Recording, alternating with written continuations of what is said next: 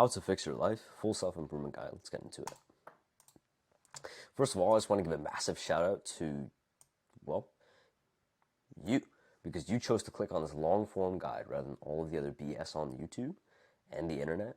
There's guys right now, who you know, who are jacking off. Right now, as we speak, there's guys right now who are edging their dick whilst you're here gaining knowledge, right? You could have clicked on anything else on YouTube. You chose to click on this long form guide with very minimal editing. There's no flashy edits or anything. There's no like cute captions, so, like, you can actually like hold on to what I'm saying here. Just pure education. You also probably have a top 1% attention span, so respect for you for clicking on this guide. First of all, just a quick introduction for those of you who don't know me. My name is Krish. My current mission is to spread a good message to teenagers by teaching what I've just learned and implemented. If you want it, by the end of this video, if you find it useful, you can subscribe. If you want to, if you find this video useful, once you watch all the way to the end, because I know that you have a good attention span and that you'll watch all the way to the end of this video. Who is this video for? Well, this video is for anybody who just basically just wants to fix their life. If you look around you right now and your room is filthy, your mind is also filthy. Your body's flabby, maybe your body's skinny as fuck, and you need something extreme to change your life, this is going to be the protocol for you. I remember I put myself through this protocol around the beginning of the COVID lockdown. Around the beginning. It maybe took like a year or something for me to implement this. And it changed my life forever. This protocol that we're going to go over. Forever changed my life. Because I created this new version of myself. I just created who I am 2.0. It's a very powerful protocol and you can put your trust in it. My promise to you is to give you the steps and tools you need to completely change your life based on what worked for me. That's my promise to you. I want you to right now, actually, to make a promise to yourself that you will watch this full guide to the very end and take action on every single action step, every single quest that I'm going to lay out for you. There's a version of you right now who watched this full guide in its entirety, didn't skip around, didn't check the comments, didn't check any of the suggested videos. He watched this full guide. He made it full screen. He watched it all the way through. And he actually took action on it and changed his life. Then there's the version of you who attempted to watch this full guide, who coped, who made excuses, who clicked around, who checked the comments, who checked the suggested videos and whatnot. Don't be that version. So I went from basically just a guy who was depressed, basically just suicidal, who was anxious as fuck. This picture right here speaks 1,000 words. Just have a look at my face right there. This was taken during the periods of probably one of the worst times in my entire life. I was also skinny as fuck. This picture, to tell you the truth, actually, I couldn't actually find any good pictures of him before I started the gym. So this is the one where I was working out for like, a few months. But even then, look, I was still skinny as fuck. I think in this picture, I was like 98 pounds. Think about that, right? I was 98 pounds in this picture. I started lifting, I think, when I was like 90. So I was skinny as fuck, and eventually after a couple of years, this is where I am now, like around like 135-ish. So not perfect. Obviously, I'm still like not that big. But I think I made some good progress. I have a decent group of friends. I finally made a decent group of friends. Instead of, those idiots who I used to play games with. Finally made a decent group of friends. And, this is just a picture of me just training martial arts. But, I thought it was cool. So I just put it in there. So here's what we're going to go over today. How to change your life. So we're going to go over the prerequisites, the self-image, the goals, and the purpose. We're going to go over the distractions that you're going to encounter along the way. Porn, video games, shit food, drugs, old friends, parents, and the internet. And then we're going to go over the execution, how to actually do the work.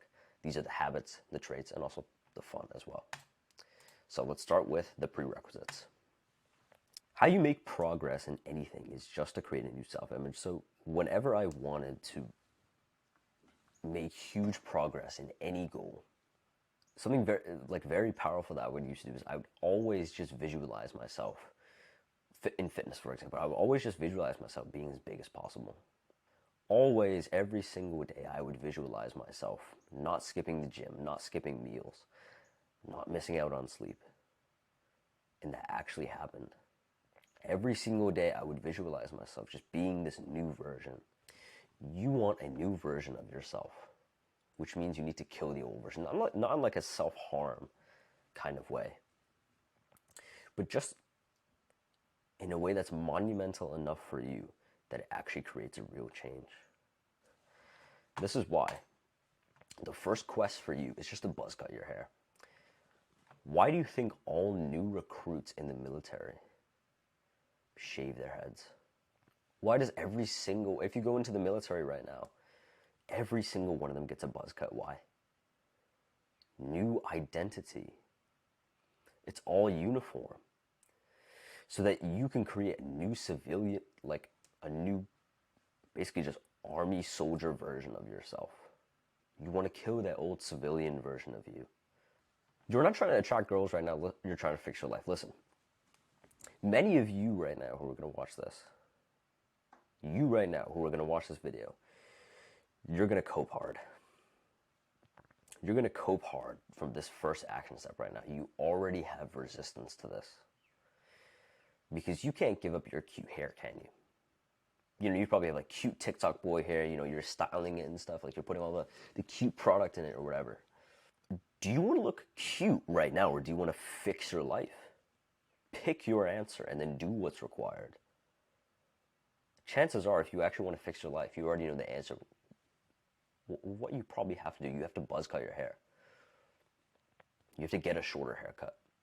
This was so powerful for me because, again, I wanted to kill that old version of myself. Again, not in a self-harm type of way, but in a way that was monumental enough for me. And that way is just to change how I looked so much that every single day when I would look in the mirror, I would always be reminding myself that this is the season that I'm on. This is the season where I'm not trying to get girls. I'm not trying to look cute for anybody. I'm just trying to work. That's it. I'm just trying to fix my life. You can see I just buzzed my hair recently, like a couple weeks ago. Because every single day I am reminded this is the season that we're on. You will cope hard right now from this first quest, by the way. Listen, all your excuses are lies, all right? Every single excuse that you have in your head is a lie. Let's go through them, right? First excuse that you have is that it won't look as good. You're going to buzz cut your hair and it won't look as good. But that's exactly the point. That's exactly the point of getting a buzz cut, is that it makes you slightly uglier so that you're focused on fixing your life, on making huge progress. When you have like this cute TikTok boy hair, you know, with all like the length and like the curls and all this other bullshit, you won't get the same benefit. You can follow this entire full guide in its entirety, step by step. I guarantee you won't get the same benefit compared to the version of you who just has this military mindset where he says, yep, I'm just going to execute on the plan for a few months and see how it is. The version of you who buzz cuts his hair is actually going to make more progress. Why? Because he changed his identity. He changed his beliefs, because your beliefs are your foundation. It's just true. Every time I've made huge progress in self-improvement, it's like a rubber band, for example. You're stretching the rubber band over and over again. That symbolizes you making huge progress in self-improvement in whatever it is. When you stretch that rubber band far enough, there's going to be a point where it snaps. There's going to be a point where you get into a rut where you can't train, you're sick. You got injured, something happens, life happens, right? And it snaps back. What is it going to snap back to? Your beliefs, your mindset. This right here. That is your foundation. And so you're trying to build this big, giant pyramid. You want that peak to be high, but that base is so flimsy. That base is not even that wide, not even that strong. And so if you build horizontally first, you build the pyramid horizontally first, the peak is so much higher. Buzz cut your hair. Every single excuse you have is a lie. You're not trying to look cute right now, all right? What are some other excuses that you might have? Okay, you're going to walk into school and people are going to make fun of me for it. That was one of my big ones. That, oh yeah, I'm going to walk into school and people are not going to like it. I'm going to tell you right now, nobody cares. Like, listen, when I got short hair again, when I got this cut, I walked into school and guess what people did? People are like so obsessed with hair these days. They're just like, oh my god, oh, you got another haircut. They did that for a few minutes and then they instantly forgot about it. Instantly, like after a couple of minutes. Whoa. You good, camera?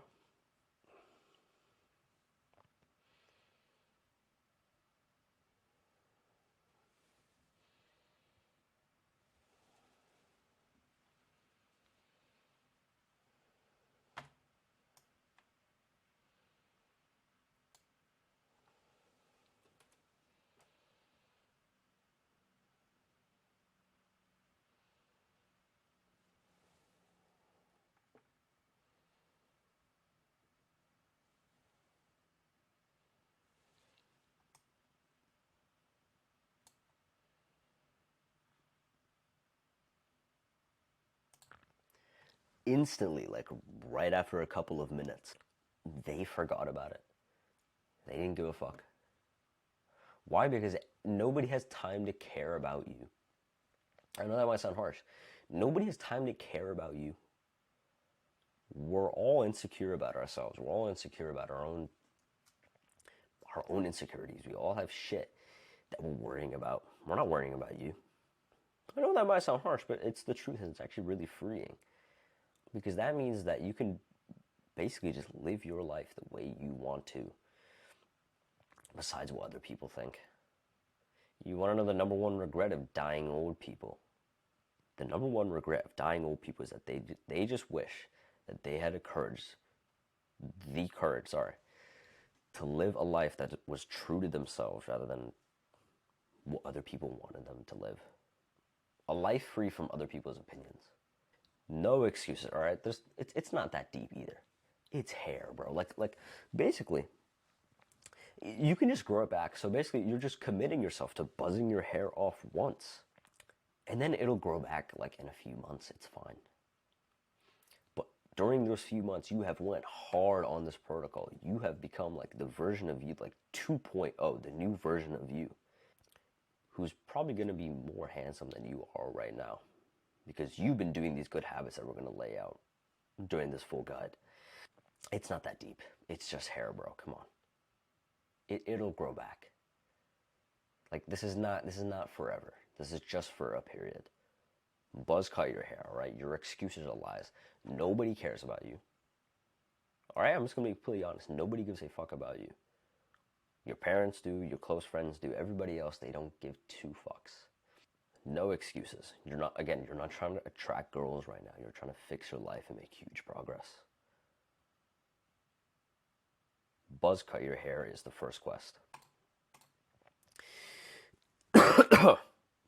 Purposeful work. So I remember when I first wanted to figure out what I wanted to do in terms of like making money and whatnot. I would always watch these YouTube videos of like, oh yeah, actually, you know what? Agency is actually, the best thing to do. And actually, no, you can make $1,000 a day drop shipping. I'm like, oh, cool, I'll just try that instead. So I tried like flipping around all these different businesses, and I didn't want to continue any of them. I would start after like a day, and I would be like, like really, really like excited. I'm like, oh yeah, that's great. I think Alex Hormozy has this framework where it's like how business work. He says you start with uninformed optimism, which is basically just you start about learning about a business model, dropshipping, for example. You think, oh wow, this is great, like this is a good idea. Then you get to, I think it was informed pessimism, where it was, oh, this is way harder than I thought it was. And then you get to this part where it is the value of the valley of despair. He says that's where most people quit the valley of despair, because he realizes that this is the part where people say, oh damn, this is way harder than I thought it was. And then eventually, after you get out of that trough, the valley of despair, you get to informed optimism, where you start seeing progress, and then you get to achievement, which is where, you achieved your goal. I was just stuck in that 3-loop death cycle of learning about the thing, finding out that it's hard, finding out that it's really, really hard, and then starting a new thing. Because I never actually found the thing that I genuinely wanted to work on. Purposeful work is so important. What purpose? Like, you can ask yourself these questions. These are the questions that I ask myself. If money and fame didn't exist, what would I do? Who am I trying to help with this work? What problems am I willing to deal with? These are important questions that I ask myself. If money and fame didn't exist, what would I do? Would I really be trying to, like, give away, basically, because money doesn't exist, give away glowy teddy bears on Amazon for free, trying to scale that? Probably not, right? Do I really want to help chiropractors scale to 8 figures? Probably not, right? Do I want to help people like me who've been struggling just like me? That's work with a purpose. I'll do this for free. If money and fame didn't exist, I would still be doing this for free. Why? Because I just genuinely just want to help full-length, minimally edited guide. Just because I just want to provide education to you. That's it. That's the simple reason. And sure, I gain views and likes and subscribers or whatever, but the purpose is the main thing. Trying to help. Do I really want to help some random people in their households with these little glowy teddy bears? No. Do I want to help chiropractors? Probably not. Do I want to help those teenagers with shit mental health who are struggling, who fail over and over and over again to quit their addictions? Of course. Of course I want to help those people. What problems am I willing to deal with is actually a really, really big one.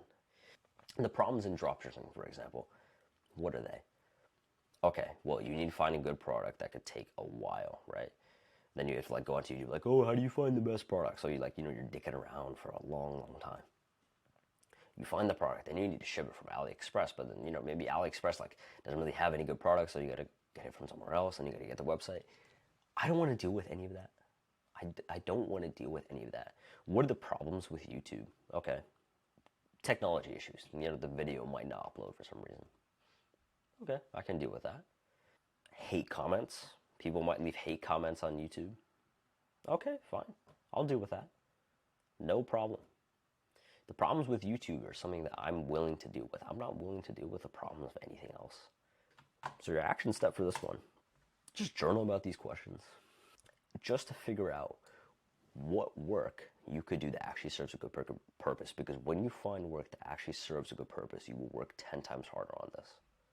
I promise you right now, when you're sleep deprived, because there's going to be days where life happens and you're going to wake up late and, you might have missed your deep work session or whatever, and you still have to do the work. Are you really going to care about dropshipping glowy teddy bears? Or are you going to care that maybe some people, maybe one guy could actually kill himself if you don't make that video? Think about that. Maybe one day, because you didn't make that certain video that would help that certain type of person, that young guy just killed himself. Now you're fucking awake, aren't you? Now you don't care about fucking sleep deprivation or whatever.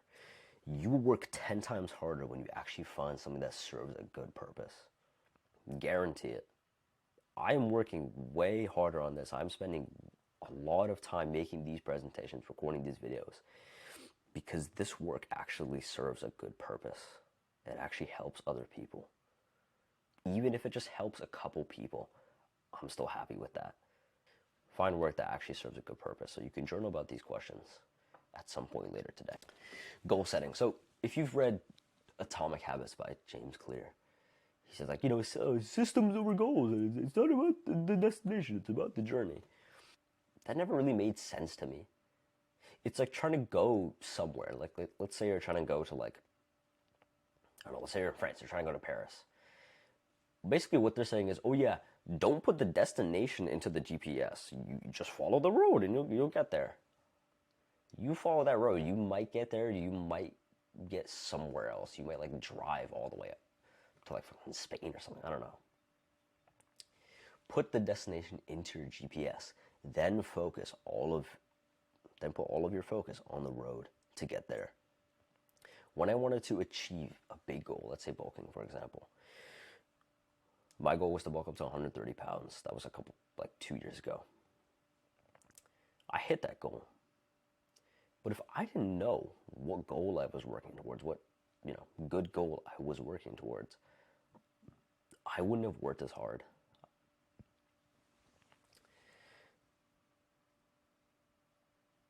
What happens when you drive?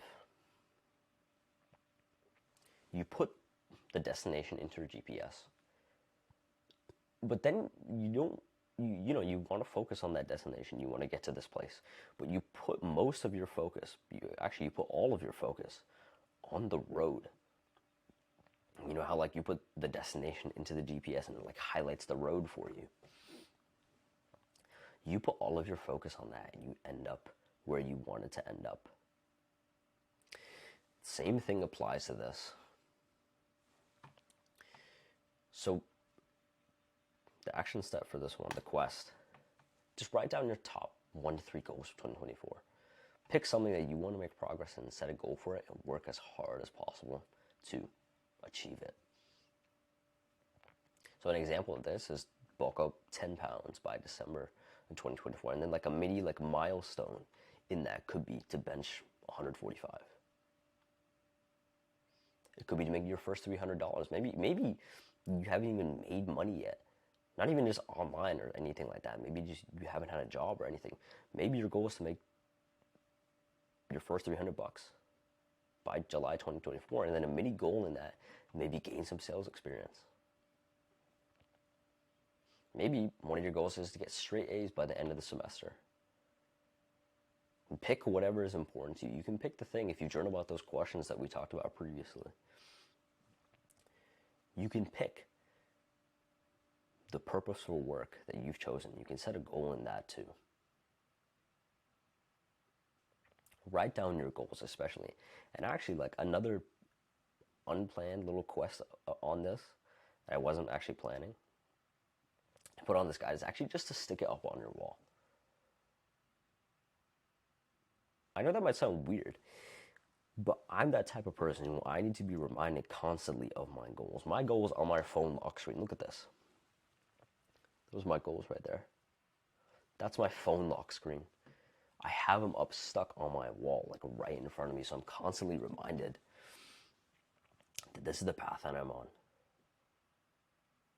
Every single day. Write down your goals is something that's very, very powerful because, again, you need the destination into your GPS. You need to put it into your GPS. Then just focus on the road to get there.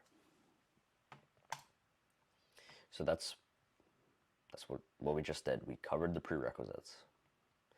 Now let's go on to the distractions that you're going to encounter along the way.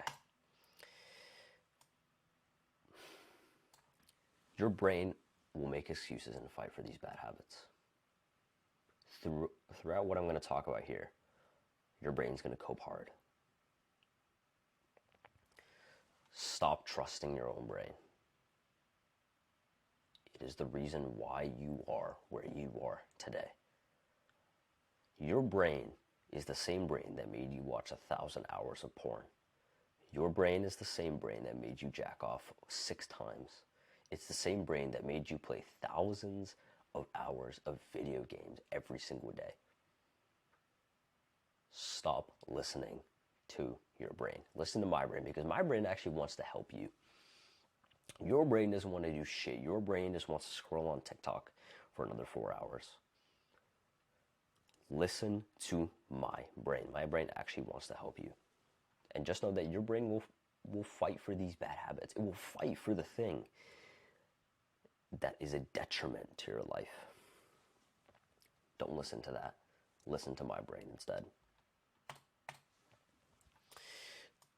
Let's start with porn. So, I've told the story a lot. I remember just waking up, horny as fuck, grabbing my phone, going straight away to the toilet because I've always needed shit in the morning for some reason. Going to the toilet, shitting, and then fapping twice. Usually twice. Sometimes, I remember one time it was three times.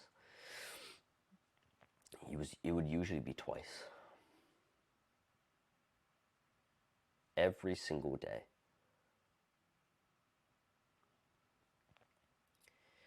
And I would always make this cope too, like these people, like they say, like, oh no, actually fapping's healthy for you because there was a study that said that fapping reduces the risk of prostate cancer.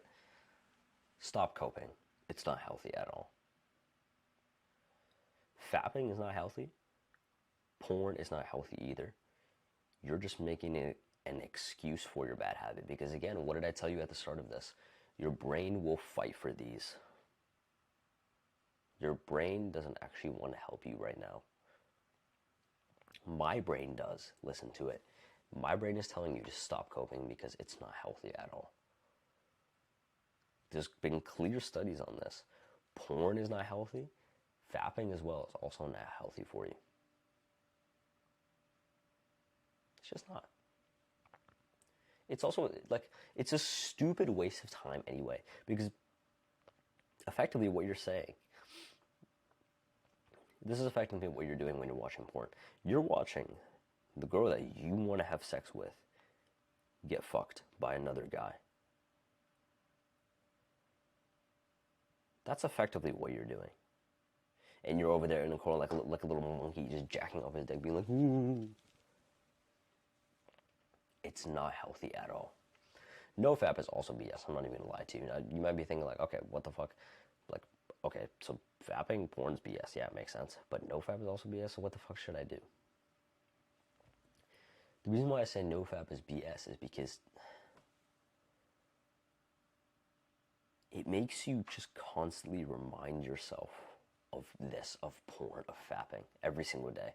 Because every single day when I was on NoFap, when I used to be, I would constantly remind myself, I'm trying to quit. If there's two drinkers, one of them has this belief that he's trying to quit. He's addicted to this thing. The other one has a belief that he's not. Drinking is just not part of his life anymore. Who's going to be more likely to quit? Of course the second guy, because again, it's your self-image. What do we go over at the start of this presentation? Your self-image determines basically it's just everything basically. You want to make progress in anything, you change your self-image. The same thing applies to this. Change your identity. You're not on NoFap, you just don't fap. That's it. You don't fap anymore. You just don't. You just don't do it. It's not part of your life. When I started changing my identity, I started saying this to myself, that I just don't fap. It's not part of my life. I used to be relapsing every 3 or 4 days. Suddenly it started getting up to like every couple of months when I started to say this stuff. Change your identity. It's very, very powerful. Environment. So environment also plays a huge role because I'll tell you the story. So in Vietnam, like a massive percentage of people, like of US soldiers, did heroin. Did like this super, super addictive drug. And the US government thought that they were going to have a bunch of heroin addicts come back to the US. You want to know what actually happened? These soldiers came back and they didn't smoke heroin once. Why? Why did these soldiers, who were addicted to this super addictive substance, they come back, they didn't even smoke? They changed their environment. they change the environment around them. And so this is very, very powerful. So technically the best case scenario is just to move out. But you probably can't do that right now because you're a teenager. I certainly can't do that. So maybe you can just change it a little bit. So maybe, for example, in your room, maybe you can shift it around. Maybe you can like take the desk, you can put it to the opposite side of the room. Maybe you can switch the desk in the bed. Maybe you can move the dresser over there.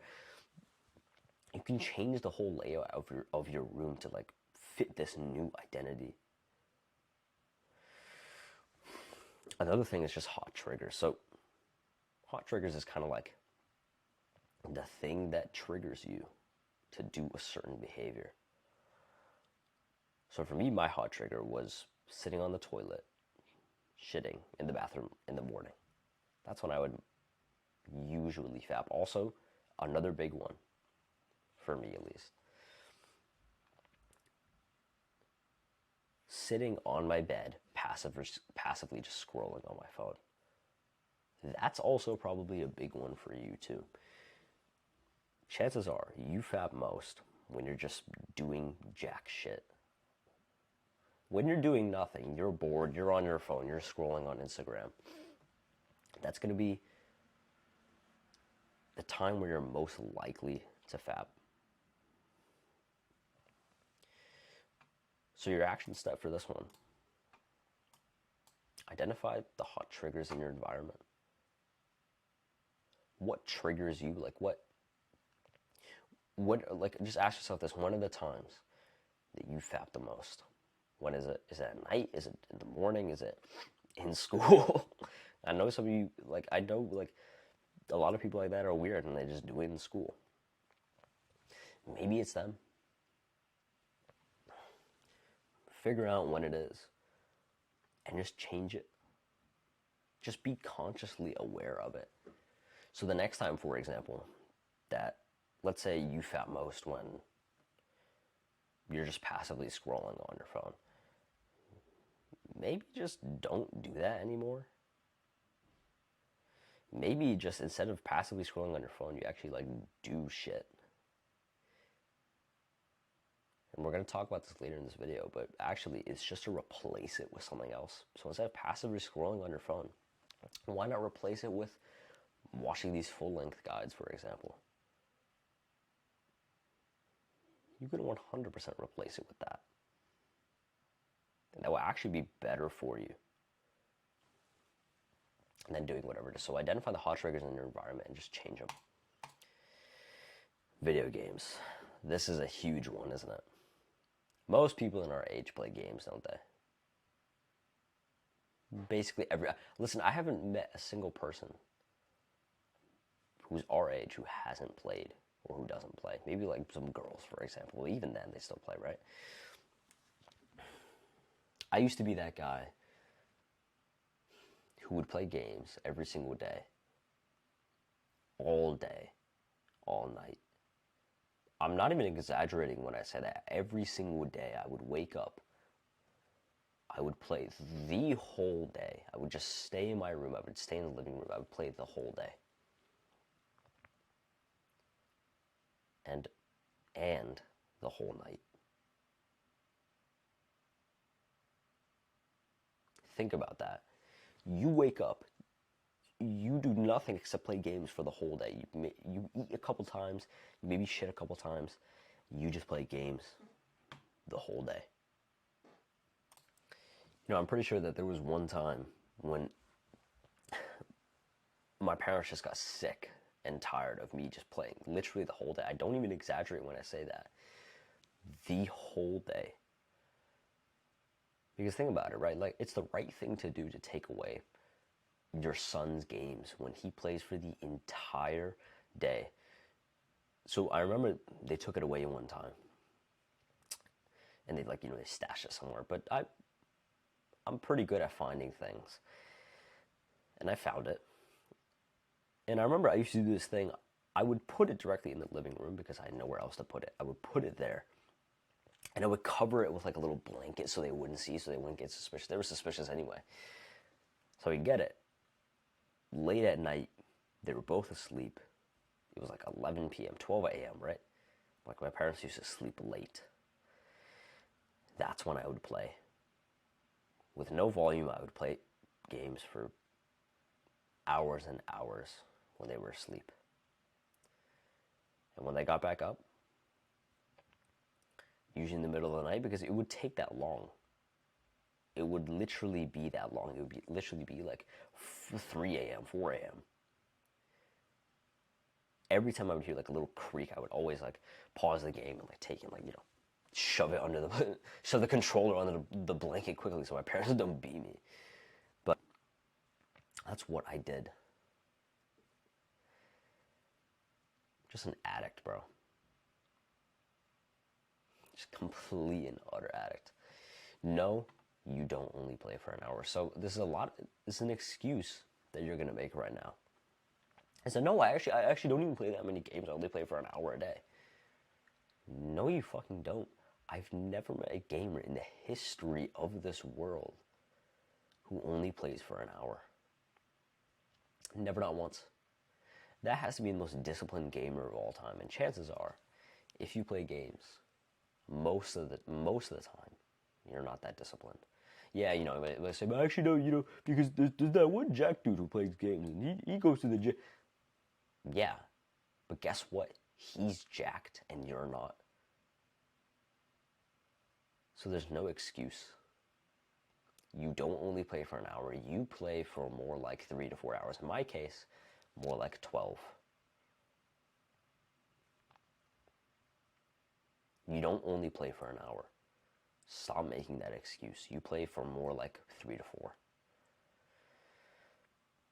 If you play for an hour, either one, your parents are monitoring it, and even then, like, you still find a way to like sneak extra time in.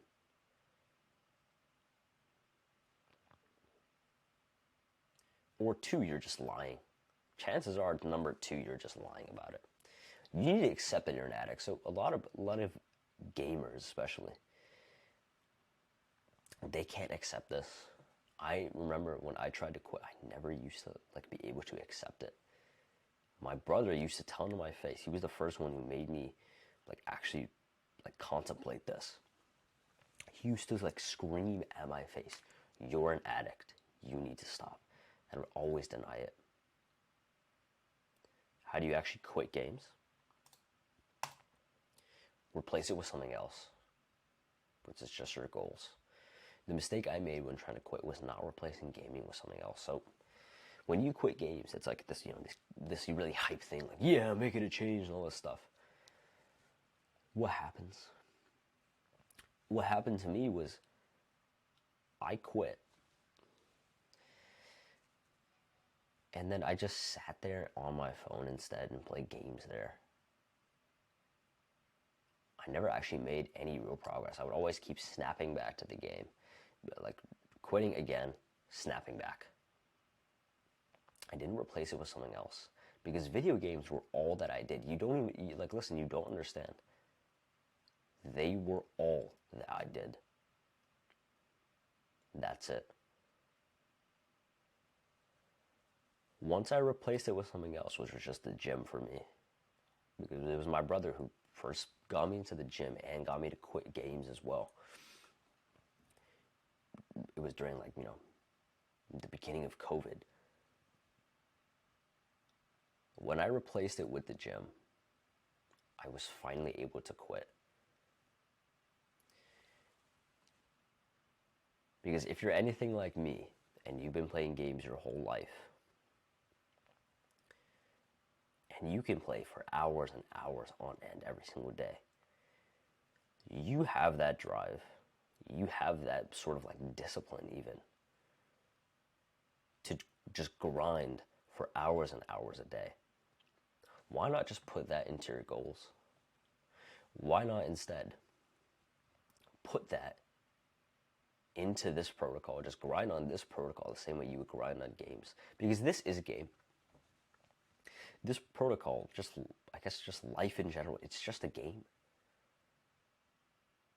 We all play the same game. Just some people, they've just quit because it's too hard. because you can't change the difficulty of this game. This game is permanently on hard mode with whatever path you choose. You know, you could have the pain of discipline. You could have the pain of waking up early. You can have the pain of trying to record and script videos. You can have the pain of working out. You can have the pain of eating good food. You can have the pain of all of that. And, you know, it's a little bit uncomfortable right now. Or you can have the pain of not living to your potential. You can have the pain of being depressed, having mental health problems. You can have that pain. Pain of regret. Whatever pain you want to choose. You can't avoid it. These gamers, they think they can avoid pain by just like playing the games. Even in the game, you're experiencing pain. Even in the game, it's like it's not even that fun either. Like, you play games, I promise you right now. You try and do this. Next time you play games, record yourself. I know that might sound weird. How many times do you smile? How many times do you laugh? When was the last time you played games with your friends and you were smiling and laughing the whole time? Maybe that was a long, long time ago. That was a distant memory. What can you remember from your last gaming session? Chances are it was yelling and screaming by everybody in the group. Nobody was actually having fun. No excuses. You're not having fun whilst playing games. Which pain do you want to choose again? Going back to that, which pain do you want to choose? Chances are, if you're 40 minutes in with me, you want that pain of discipline, don't you? Because you've experienced this before. I've experienced this before. And I'm not going back. Let's go over shit food now. So, I remember I would just eat like a pig because I don't know why I would always just eat shit food every single day. I would always want to eat more. You gave me a big, like, those big bags of Kit Kats with all, like, the little Kit Kats inside of them. Most people, a lot of people, they're just fine with one or two. Not me. I'm more intellectual than that. Give me the whole bag, bro. Come on. That whole bag of Kit Kats, I'm eating all that shit. Even then, still, after eating so much junk food, I was still, like, just skinny as fuck.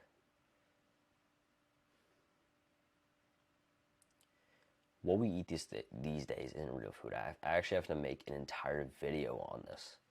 An entire video on this very topic, because what we eat these days, it can't even be considered food. It can't even be considered real food. You can look at the ingredients right now of, like, the food that you eat. What is it? You can't even read it in plain English. It's like red 40, then high fructose corn syrup, then corn oil, then all this other weird stuff. It's not even food. It's just a bunch of weird fucking science experiments. You've been retarded your whole life because of a bad diet. I'm just being completely honest. Most people, even me too, we've all been just basically autistic our whole life because we've ate this shit diet. Most people, when you try and talk to them, it's like their brain turns off. You can't speak to most people. You try right now, you try and speak to most people. The best way I can explain this is, like, you know those, like, weird GTA 5 videos that you see when you're scrolling on Instagram, where it's like somebody on top talking about something, and on the bottom is like a GTA 5 compilation, like, of car crashes or whatever the fuck. That's what it feels like talking to most people. They're just in the bottom half. They're just mindless. One, because probably of poor sleep. And two, because they're just autistic because of the shit diet that they eat. It doesn't even contain any real food. So the general rule, eat food that your grandparents would recognize as food. If you gave your grandparent a potato, for example, they would say, yeah, it's a potato. You gave your grandparents some meat? Yeah, that's meat. That's chicken right there. Cheese, same thing. Water, same thing. Milk, same thing. All these single ingredient items, they would say, yeah, I know what that is. Yeah, it's pretty good.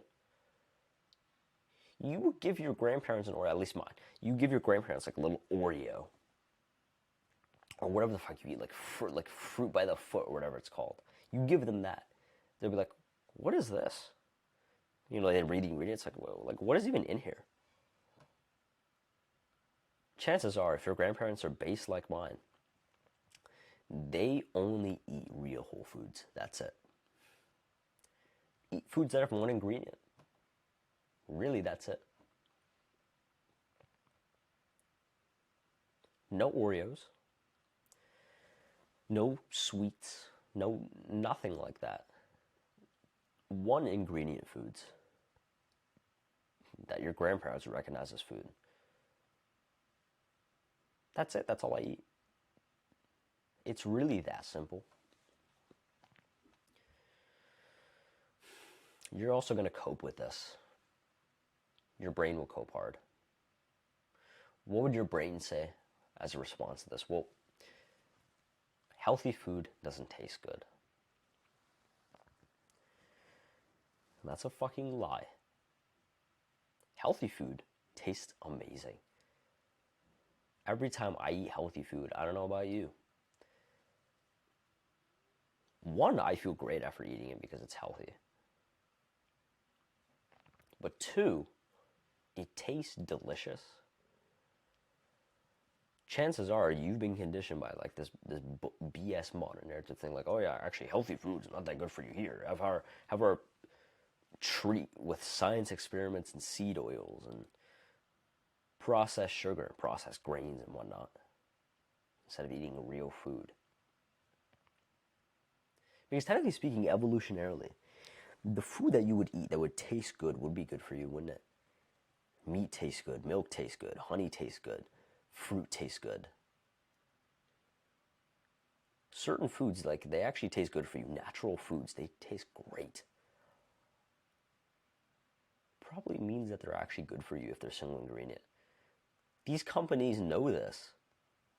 And they're like, yeah, actually, your brain recognizes that generally what you eat that's tasty is generally good for you.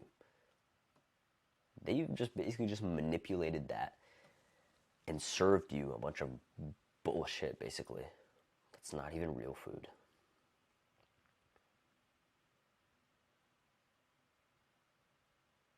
Eat food that your grandparents would recognize as food. It's that simple. So, your request for this, if your diet's shit, pick one meal out of your day and make it just incredibly healthy. Progressively overload, right? Don't try and bench press 700 pounds on your first day at the gym. You right now, you're trying to be like that fat guy who's trying to bench press 700 pounds on his first day. You can't. You need to start with the empty bar first. Start with the empty barbell first. Work your way up. It's that simple. So maybe breakfast, for example. What can you eat that's super, super healthy for breakfast? Or for lunch, for example. Maybe it's changing it from sugary cereal. Chances are that's what you eat. To maybe eggs. Maybe some yogurt, some honey. Boom.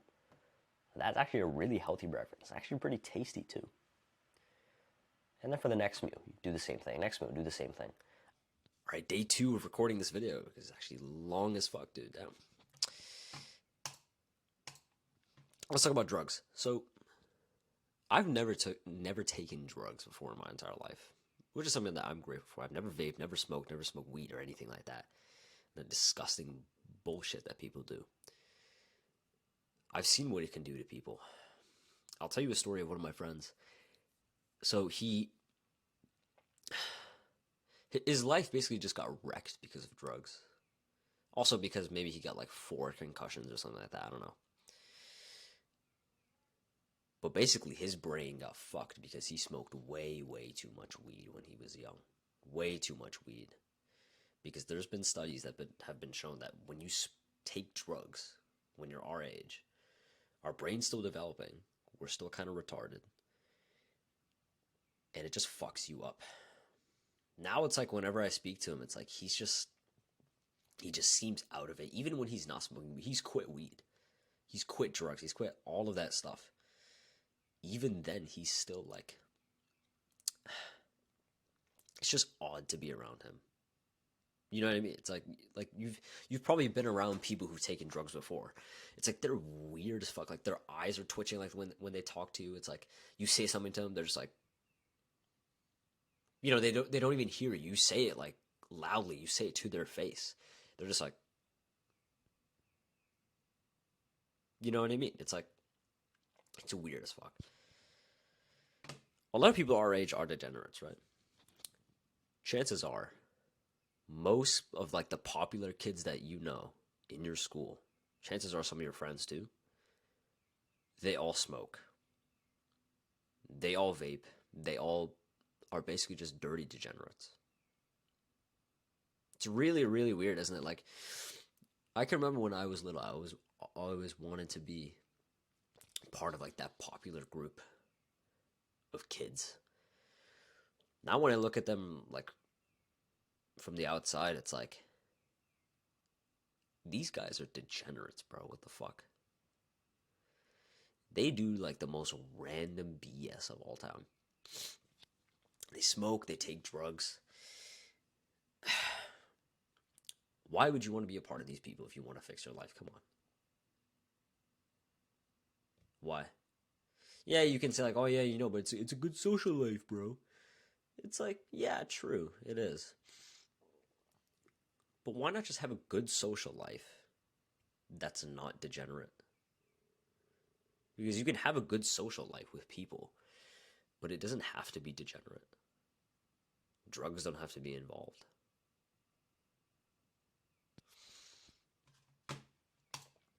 So your quest for this is to just watch Andrew Huberman's podcast on weed and vapes.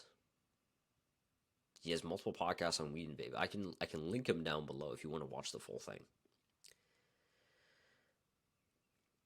This one, where he says when kids use marijuana, he just basically goes over how fucked your brain will be if you use weed. And this one, they just go over how basically just like how retarded and autistic most people are. Most people our age are, at least, when it comes to like substances and all this other bullshit. I still don't know why people take that shit, bro. It's weird as fuck. Let's talk about old friends. So I remember the times when I used to play games with these friends, when I used to play video games with these friends for multiple hours, day after day. And I'm not gonna lie to you, they were just assholes to me. They were all just fucking assholes, bro. You can also remember this too. Remember the last time you played games with your friends, by the way, quote unquote friends. You played games with them. Nobody was even having fun. They were all just shouting at each other. You were playing Call of Duty, and it's just like nobody was supporting each other. Nobody was having fun. Everybody was just yelling at each other. Everybody was just blaming at each other. Your whole squad gets sniped from like halfway across the map. These guys are like, oh no, it's actually your fault because of this. Why'd you do this? Why'd you do this? Those people aren't your friends. The people that popped up into your head as soon as I said that, they're not your friends. They're just instant gratification buddies. That's all they are. Because I want you to do an experiment right now. Take the substance away. Take the substance away and see what happens. Take the drug away, whatever it is. Maybe it's maybe it's weed, maybe it's vapes, maybe it's video games. Video games is a drug, by the way, just so you know. Take the substance away and see what happens. I can almost 100% guarantee you that you will never speak to them again. When I stopped playing games during COVID, I never spoke to them again for like 2 years. Never, not once. Why? Because they weren't my friends in the first place. Because we need to define friendship. Right now, you think friendship is just spending time with people and laughing together. No, the fuck it isn't. You can laugh and spend time with anybody. That doesn't mean they're your friend. What is friendship? And why does friendship have to revolve around substances? Maybe friendship is something is very simple. It's just growth with other people, brotherhood with other dudes. Maybe it's just that. That's what it is, just brotherhood and growth. These people, they're not your friends. Come on. You're going to cope right now and say, oh no, but I laugh with them and stuff. But again, you can laugh with people without them being your friend. You can spend time with people without them being your friends. You can do that. I know that might sound weird, but you can. The chapter of your life that you're about to go into doesn't involve these people. Essentially, what you're saying when you don't cut these people off is you're saying to yourself, okay, I'm trying to climb this mountain right here, right? Let's imagine this. You're trying to climb a big mountain. These people, they've got like ropes tied to your back and they're actively pulling you down because they don't care about you. You try to get on to self-improvement. You try to quit all of your addictions. These guys will bully you for it. These guys will call you gay for going to the gym. These guys will call you retarded for trying to eat real food.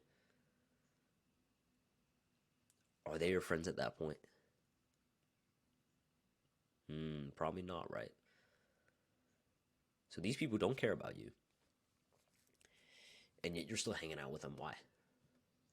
Why are you still hanging out with these people? Well, it's not your fault. It's not really your fault because evolutionarily,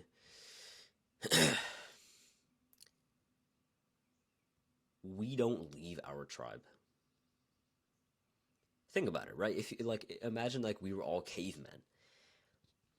Would a caveman have left his tribe? Probably not, right? Why? Because then he would have just died straight away. If you leave the tribe, you're going to get eaten by a tiger and you're going to die. You're going to starve to death because, you hunt better in packs. And so then you're just going to die anyway. And so that's why you have so much resistance to leaving them. That's why I had so much resistance, at least. But again, these people got ropes on your back whilst you're trying to climb this mountain, and they're just pulling you down. And you're over here saying like, "Oh yeah, should I run with my hands like this or like this?" Oh, like why don't you cut the people that are holding you back, that are pulling you down? Then you can walk up the mountain like 10 times faster.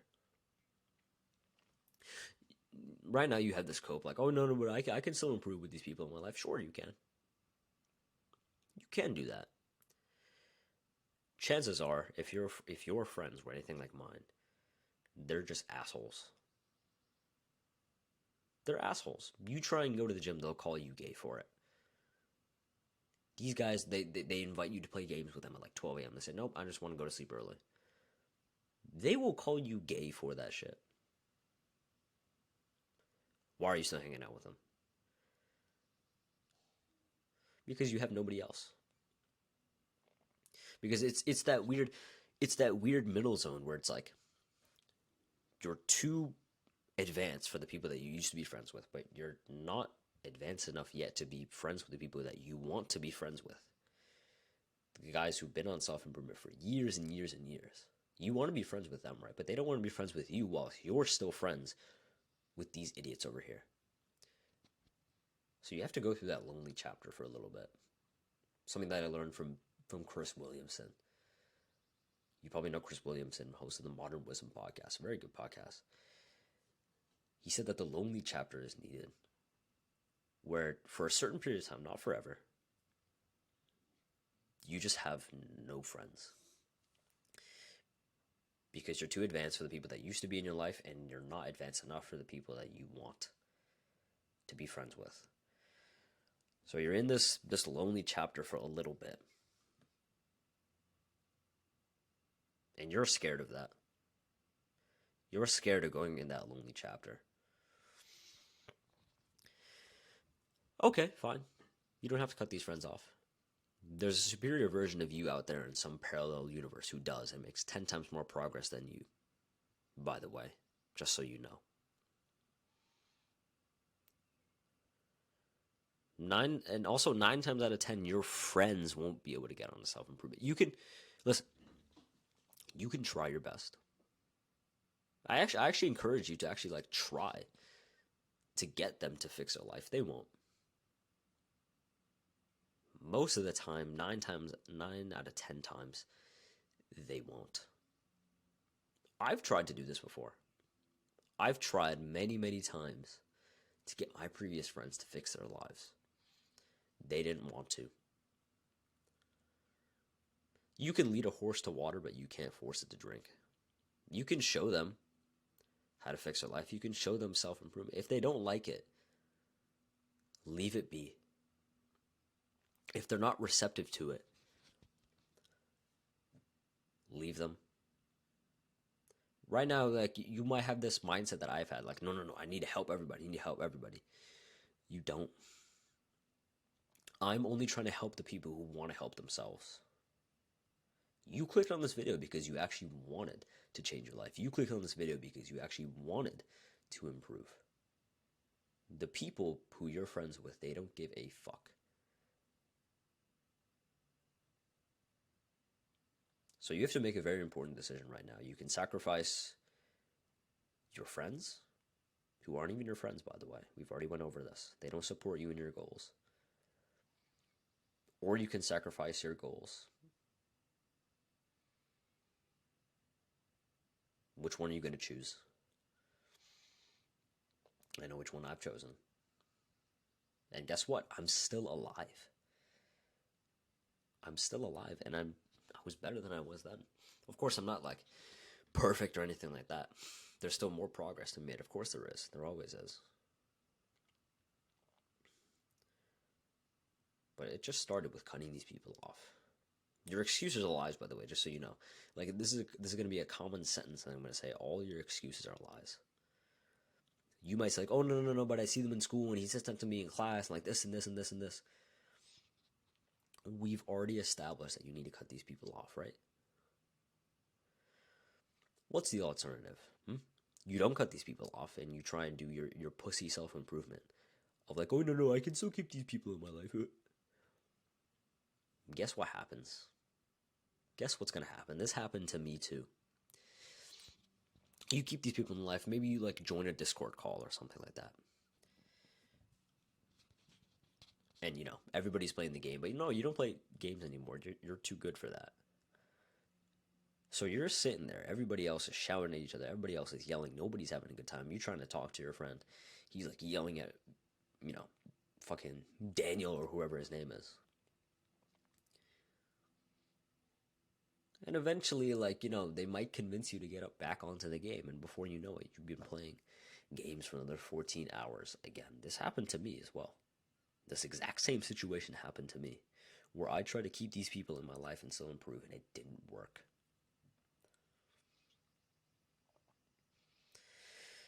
And they don't care. I'm going to be completely honest with you. They don't give a shit. You leave, you cut them off. You say to them, hey guys, we're not compatible anymore, and you just leave. I'm going to be honest with you. They don't care. They never did. When I left that previous friendship group, nobody gave a fuck. They all still did the same thing. Just without me. They don't care about you. I know that might sound harsh to hear, but they don't. Let them go. So your quest for this, cut them off. Stop making excuses. You know these people don't actually care about you. Why are you hanging around with people who don't care about you? Why would you do that? Have some self-respect. Develop some respect from yourself and say, you know what? I'm better than these people. I know that might sound like arrogant or something, but you are. If you're watching a video like this and you've actually watched this far, you're way ahead of these people already. So stop making excuses. cut them off. Like go into the group chat and say, hey guys, I don't think we're compatible anymore. We're going in completely different directions in life. Peace out. And then just leave. Cut them off. They don't want you. And you don't want them either. Trust me. I don't know why the fuck. What does this camera keep doing that, bro? Come on. Nice blurry face, right? No, come on. It'll fix itself. It's fine. Let's talk about parents now. So, sometimes your parents will actually try and sabotage your improvement, which is weird, right? You would think, like, your parents would want you to get onto self-improvement. They would want you to fix your life. And it's true, most of them do. Most of them don't want you to sit on your ass and play games for the whole day, right? Most of your parents don't actually want you to jack off 4 times before you get out of bed, right? But I have to put this in here because, like, there's some parents who are just like, they're just weird. I don't really want to insult them that much, but like they're just odd in the sense like they'll give their child unhealthy food. They won't let their child exercise because, oh no, actually no, weightlifting stunts your growth, bro. So here's how you deal with it. You hold frame. Holding frame meaning like they say like, oh no, you can't do this. You hold frame and say, no. This is what I'm gonna do. And they might say like, oh no, you can't do it because of this, and they're like, oh, I said so because you can't do it. Hold frame. Eventually, one, they'll either get mad and they'll just have an argument with you, and then you do it anyway, or they'll actually be convinced of it. For some reason, like this way just works. I don't even know why. Just hold frame. Hold frame to what you actually want to do. And for example, like if they say like, oh no, you can't go to the gym because of this and this and this, even though you hold frame, you tell them like, you show them like the actual study that's like, no, the gym's actually good. It doesn't stunt your growth. It doesn't do this. It doesn't do this. They still might not want you to do it. And so maybe you just like defy your parents a little bit. I know that might sound weird, but it's like the number one regret of dying old people is that they just wish that they had lived a life that was true to themselves and not to other people. I know that might sound weird what I just said, but think about it. Do you want to live a life that's true to your parents? Or do you want to live a life that's true to you? When you're on your deathbed and you're like 100 years old, because we're going to live to 100. If you're watching this kind of video and you actually take action, like, you're going to live easily 100, 110. Think about it. You've lived 100 years of your life. You lived a century. Not to yourself. Not to the things that you actually wanted to do, but to the things that your parents wanted to do. Sure, it might have made your parents happy. Did it make you happy? No. So it was a waste of time. I know that might seem weird. And we're all so young. Like, if you're watching this video, you're a teenager, probably you're my age. We're not really thinking about that. We're not really thinking about death that much, but I think it's really, really important to think about these things. Live a life that's true to you. Do the things that you actually want to do. Maybe your parents might not want you to go to the gym. What if you just open your window in late at night and you sneak out of the house, you defy your parents, you run to the gym? That could be a story that you tell for years. You could be a father and say I remember the times when I used to sneak out of the house late at night to run to the gym and train and run back. Think about how much of an epic story that is. You would also be proud of yourself, by the way. I would be proud of you. You would also feel super proud of yourself for doing that.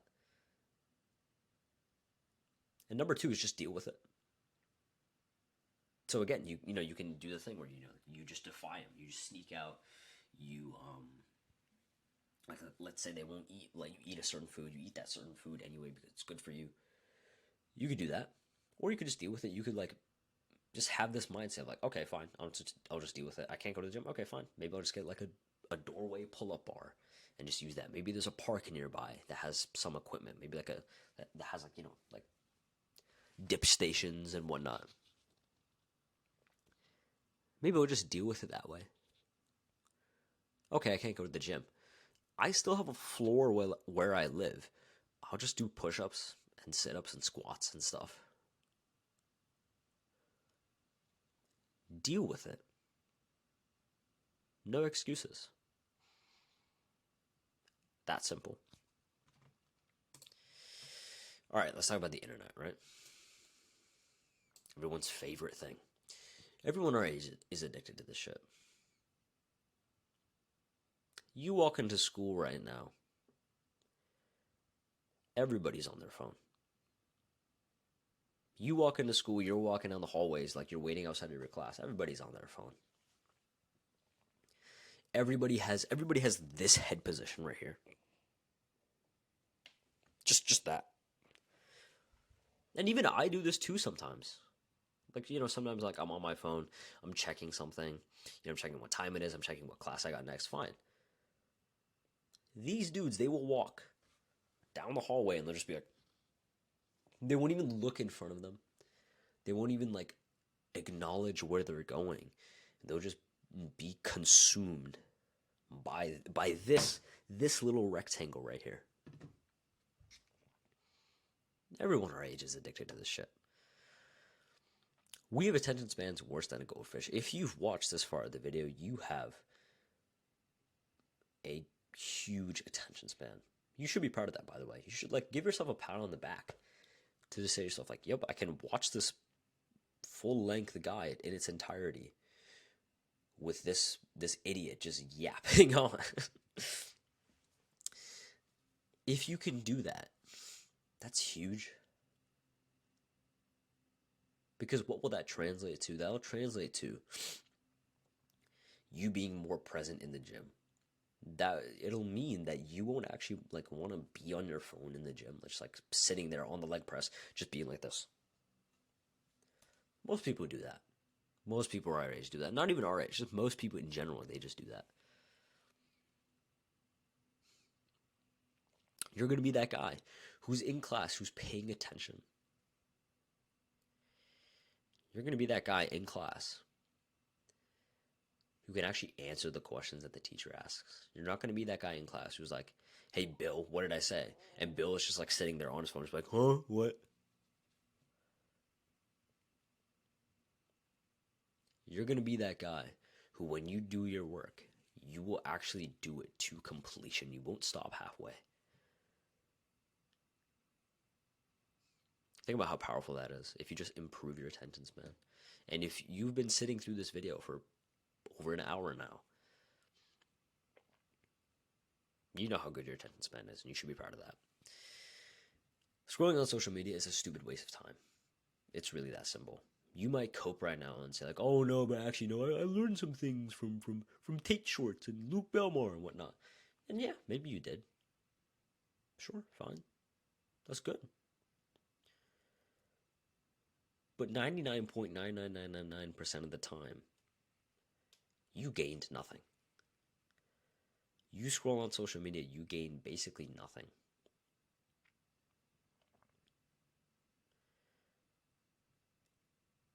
It's that simple. It's a stupid waste of time. Why would you do it? I know you're addicted to this shit. I know you're addicted to your phone, to doom scrolling. Everybody is. Why not just be that guy instead in your whole school while everybody else is on their phone? Be that guy who just sits in silence. Be that guy who holds eye contact with other people. People say you got a staring problem. You're just like, no, I don't. You don't have a staring problem. You're just a regular, happy, healthy human being. How a human being should be.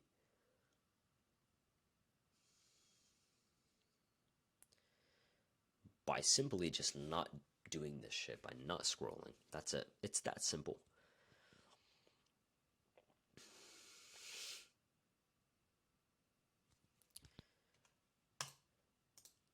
Your request for this is to replace it with long form educational content. There's 3 ways how I fix my attention span. I did 3 things. I read books, I meditated, and I replaced scrolling. I replaced it with long form content. Here's the thing. Since we've been doom scrolling for so long, since our attention spans are fucked, when we do these things, when we meditate, when we read, when we watch these long form educational guides like this, our mind's gonna wander. It just is, right? Even now, it's like even when I've improved my attention span, my mind still wanders a little bit. The way to fix this is just to refocus. So every time like your mind wanders when you're thinking about something else, thinking about some random bullshit whilst you're watching a video like this, or whilst you're watching, another big podcast or big video, just refocus back onto it. It's just that simple. You just did 1 rep for the brain. The brain just did like 1 bicep curl. It just got stronger. That's how I fixed my attention span, just by just doing those 3 things. I think like when I first figured this out, that's like I think I might have ADHD. I might have. I'm not trying to be like those blue-haired feminists who are like, yeah, I have ADHD, bro. It's like, no, you don't have ADHD. You've been fucking doom scrolling for so long. But a lot of us do actually have ADHD. A lot of people our age.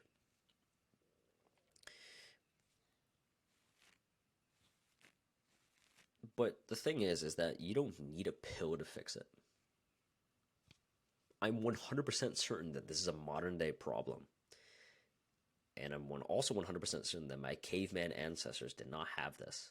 So I'm going to fix it. And I did. I fixed it. I didn't fix it by taking a bullshit pill. I just fixed it by living like how a human being should. Just not using this. When your parents say like, oh yeah, it's because of that phone. We've been like, oh no, it's not because of that phone, because of this and this and this. They were right. It is because of that phone. Your parents are right, dude. It is because of that phone, all right? That's how you fix your attention span. Just replace it again. Because you can quit all of these bad habits and not do anything else.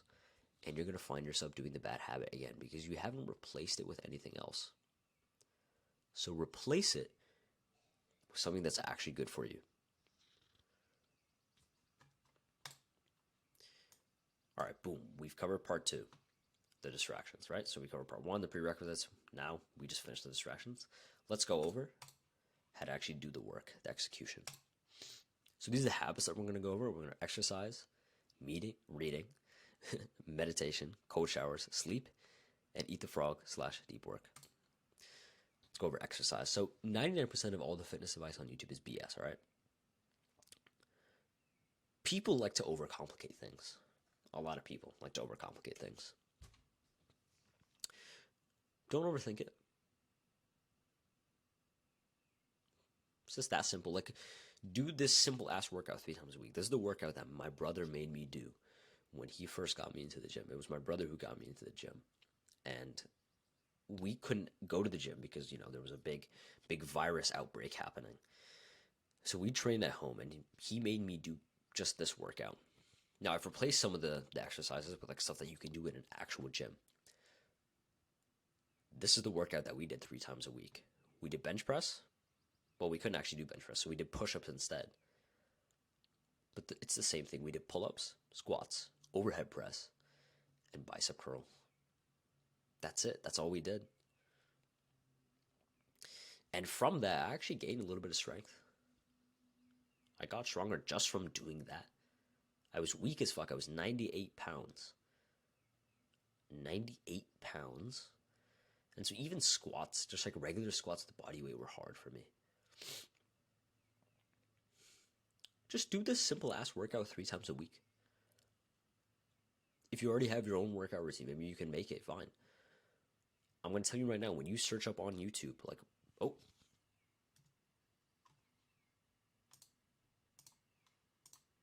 When you search up on YouTube, workout advice, what's the best, like, split to train and all this other BS, it's not going to do anything. It's not going to do shit. It's just going to confuse you more. Most of the fitness advice is bullshit. I only listen to like 3 fitness YouTubers. 3. That's it. The ones I listen, there's one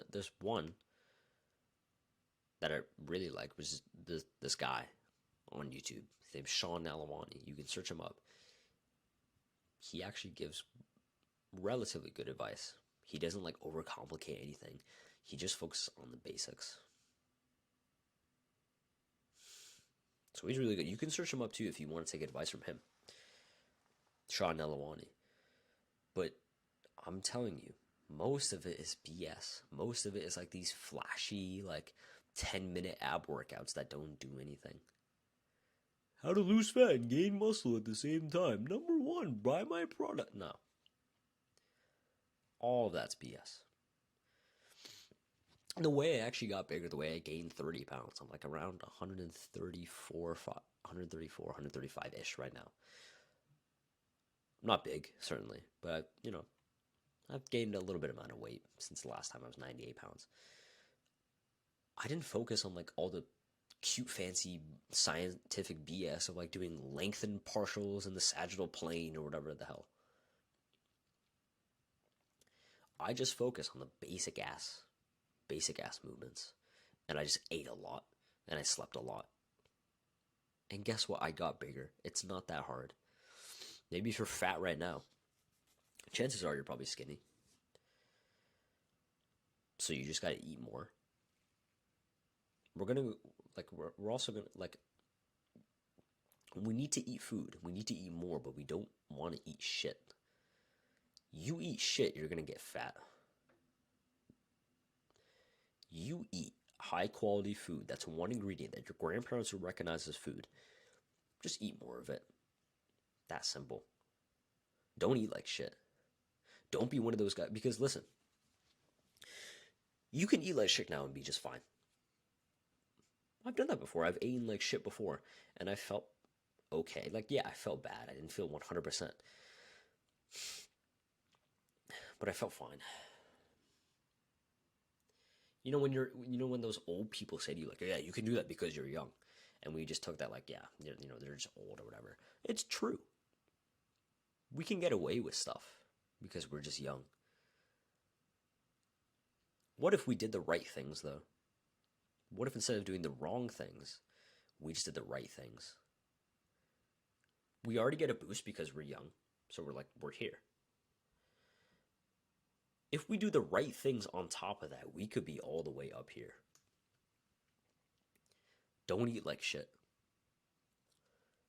Eat real food that's high quality, but just eat more of it. That's it. And do this simple ass workout 3 times a week. It's really that simple. You don't have to overcomplicate it. Train hard, eat more, sleep more. That's like 99% of it. That's it. It's really that simple. Let's go over reading. Most people our age don't read because of school. School made us absolutely autistic when it comes to reading. School taught you need to read a book, start to finish, and that's the only book that you can read. This is the only book that we're reading. That's not what I do. How I read is, I pick a book that I'm interested in, whatever it is. Let's say I've got a couple of books here. Let's say I'm interested in learning about essentialism. So I'll read a book about essentialism. The next day, I might not be like that interested in essentialism anymore. I might be more interested in, for example, self-belief. That might be the thing that like my mind is really, really wanting to learn. So I'll read psycho-cybernetics. How you actually read properly is you pick the book that you want to read right now. You follow your current curiosity because that's how you best learn. And you just read it. And when you read, what I usually do is whenever I get like a, how do you say this? Whenever I get like an idea in my head, because usually when I read a book, I'll read a sentence, for example, and I'll say like, oh yeah, I remember in like this podcast, this person said this, and that relates to this part of the book because of this. I get that thought in my mind and I just write it down. So usually what I'll do is I read with a Kindle. I highly recommend getting one of these. Just a Kindle, Amazon Kindle. And what you can do is you can go onto the Kindle and you can like highlight a certain paragraph or certain sentence or certain word, and you can add a note. And in that note, what I usually do is I just write what just came up. So I'll say like, this relates to when Chris Williamson sent this to Alex Hormozy, for example. And I'll just write it like that. And that's really powerful because it creates like a bigger knowledge web. You know what I mean? It's like, remember in those video games you used to play? There would always be like a skill tree or like a knowledge web or something. That's kind of what you're doing when you're reading like this, when you're also taking notes and also highlighting, because highlighting doesn't do shit. Taking notes as well doesn't do shit. You got to combine both. And so when you do it like this, when you read like this, you gain so much more knowledge. You gain so much more because you're connecting what you learned in the book to like your greater knowledge base. That's really powerful. So here are my book recommendation. These are like the 4 books that I read when I first started. Can't Hurt Me, David Goggins. The Way of the Superior Man by David Data. How to Win Friends and Influence People, Dale Carnegie. And Discipline Equals Freedom by Jocko. You can get whichever one of these you want. I just recommend just getting all 4 of them. The first book that I think the first book that I ever actually read to completion a couple years ago was this, Can't Hurt Me. And that taught me so much. When I implemented the things in that book, my life just changed forever. Because the thing with reading is that it gives you like base principles that you can like model your life around. And basically you're just letting these people kind of just like brainwash you with their ideas. I know that might sound weird. I know that might sound like odd. But that's actually good because these are people that I want to be like. These are people I want to be more like. So why wouldn't I take guidance from them?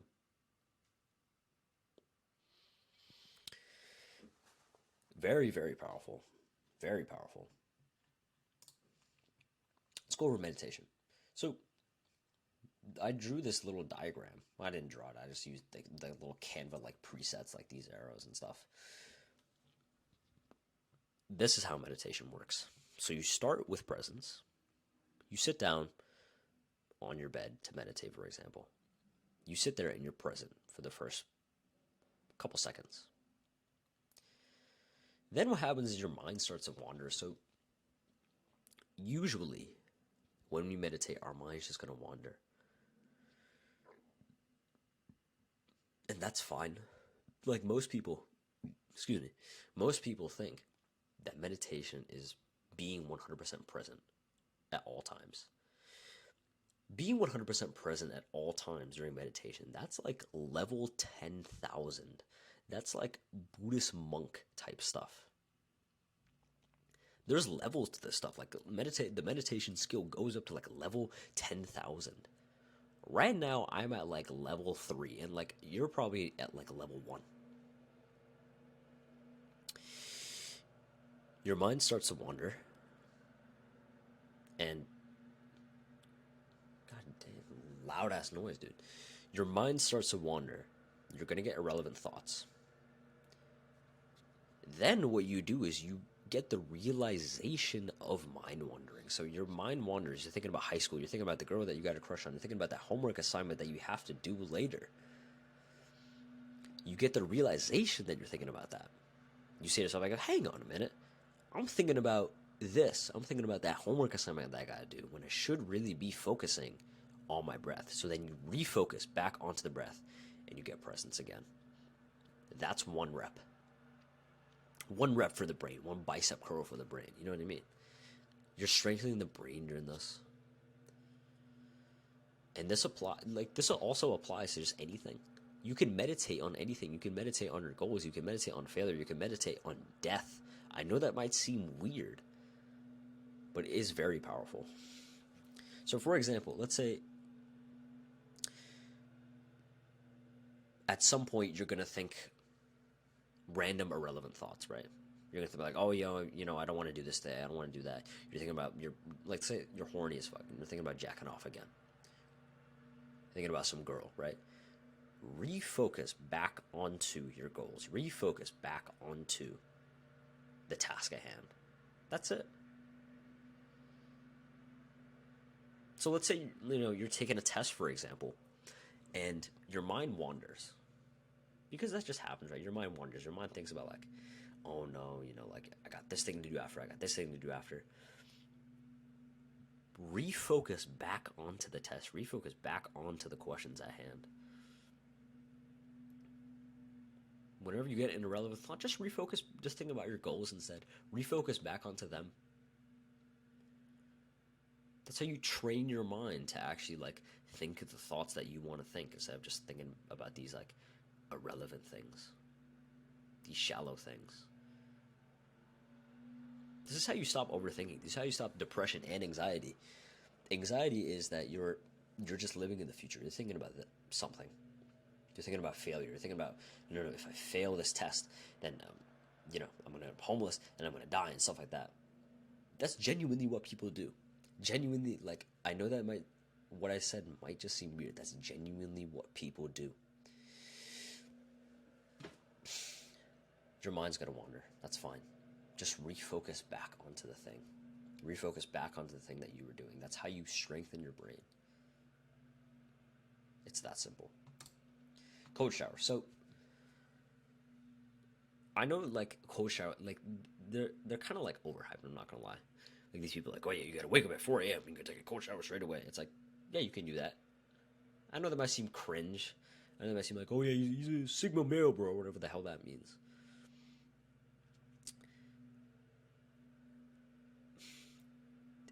The benefit of these is that when you do these in the morning, it just wakes you up immediately. Because when you're in the morning, like maybe you had a bad night of sleep, for example, you're kind of groggy, you're kind of like, oh, I kind of don't want to do this today. You hop in a cold shower, instantly you're awake. Instantly like, oh, fuck. Like, I'm in this cold right now. You're breathing heavy. You're just 10 times more alert. You're 10 times more happy afterwards. You actually want to do shit. Best time to do these is in the morning. So just do them in the morning. I wouldn't really recommend doing these at night, just because like if you want to sleep, it's like your body, like there's science behind it that I don't want to bore you with, but it's like your body's just gonna wake up when you go into cold. Usually the better thing to do at night is just to take a hot shower so your body can like relax and stuff. And go full cold immediately. So when you do the cold shower, don't do this cute pussy stuff of like getting in the shower, turning it on hot, and then like slowly turning it to cold. Like, oh yeah, it's nice and stuff. You want the shock benefit of this. You want like that you want to have that like sort of like benefit where you just like you do a sharp inhale, because that is really what wakes you up. So go full cold immediately. Even if you just do it for 10 seconds. So like you can progressively overload this. I've gotten to the time where I could do a cold shower for 3 minutes if I really wanted to. Just because I progressively overloaded. When I first started, I could barely step in there for like a second because it was just so cold. Maybe you can too. Maybe, for example, you step in there for 10 seconds. You still get the benefit. Just progressively overload with these and go full cold immediately. No excuses. No excuses. Your excuses are lies again. All of them. Oh no, it's gonna be too uncomfortable. Oh no, I got a little stuffy nose today. Oh no, I don't want to do it because of this. Oh, no excuses.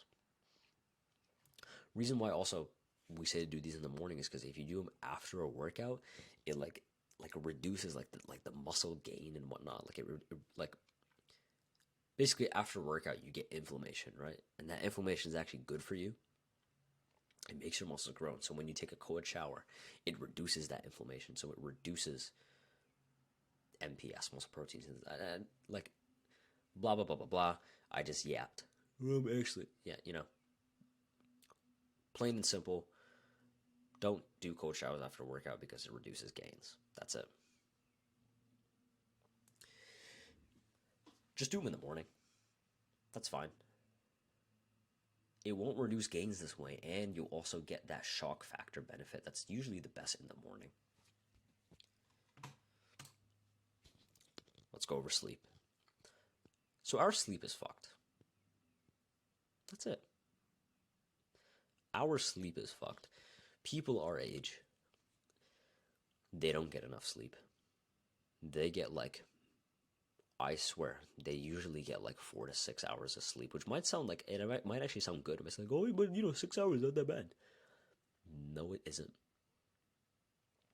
I swear to God, when I get 6 hours of sleep, I feel like a subhuman. I need at least the bare minimum, just 7 hours to actually function relatively well. Our sleep is fucked. One, because of school. So school makes us wake up insanely early, so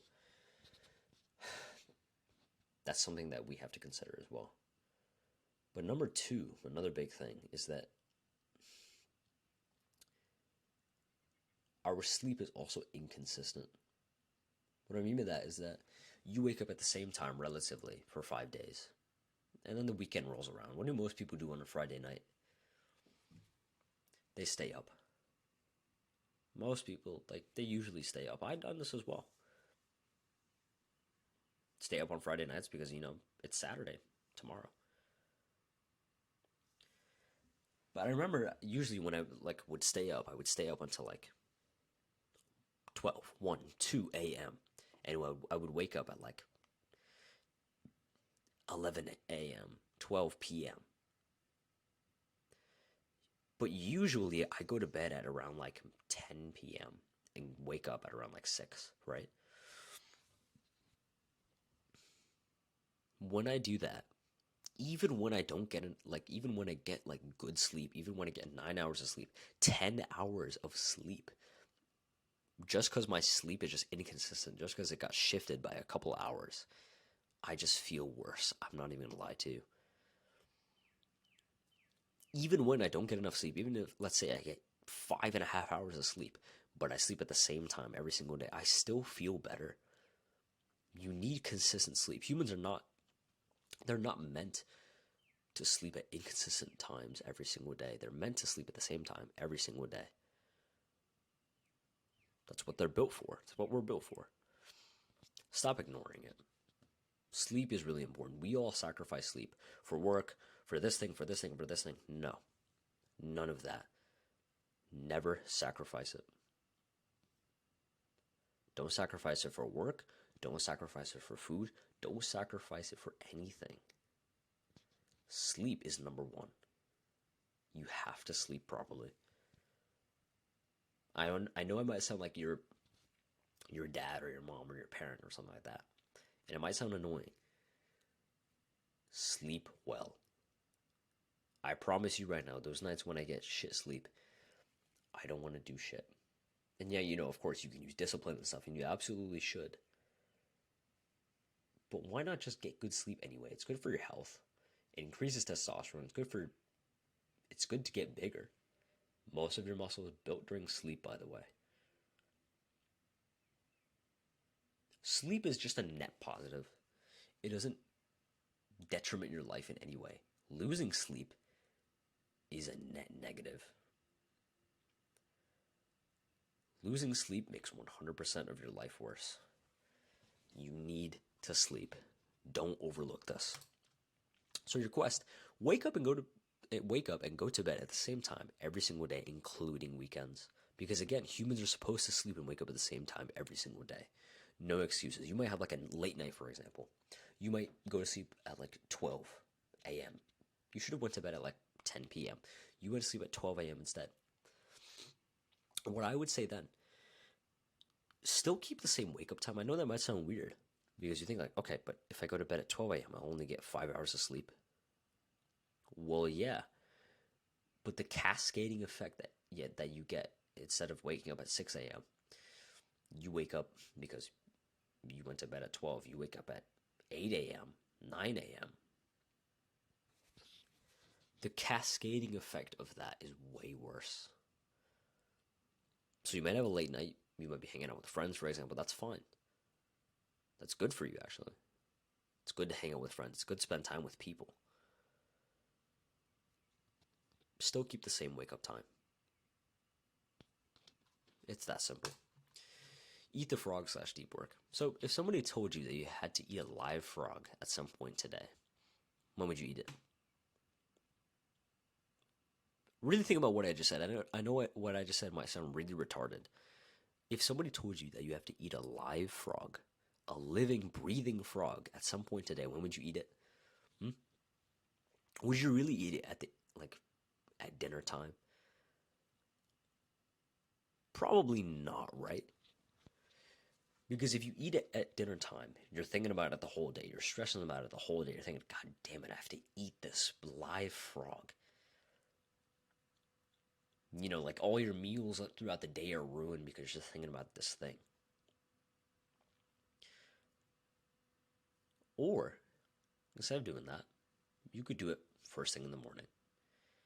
If you wake up and you eat the frog, like if somebody told you, again, you have to eat a live frog, if you eat it in the morning, it's weird and gross and hard for a couple minutes.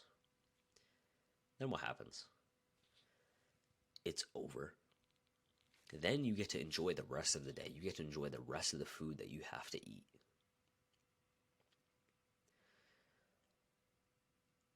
This applies to your work. Wake up and get to work straight away.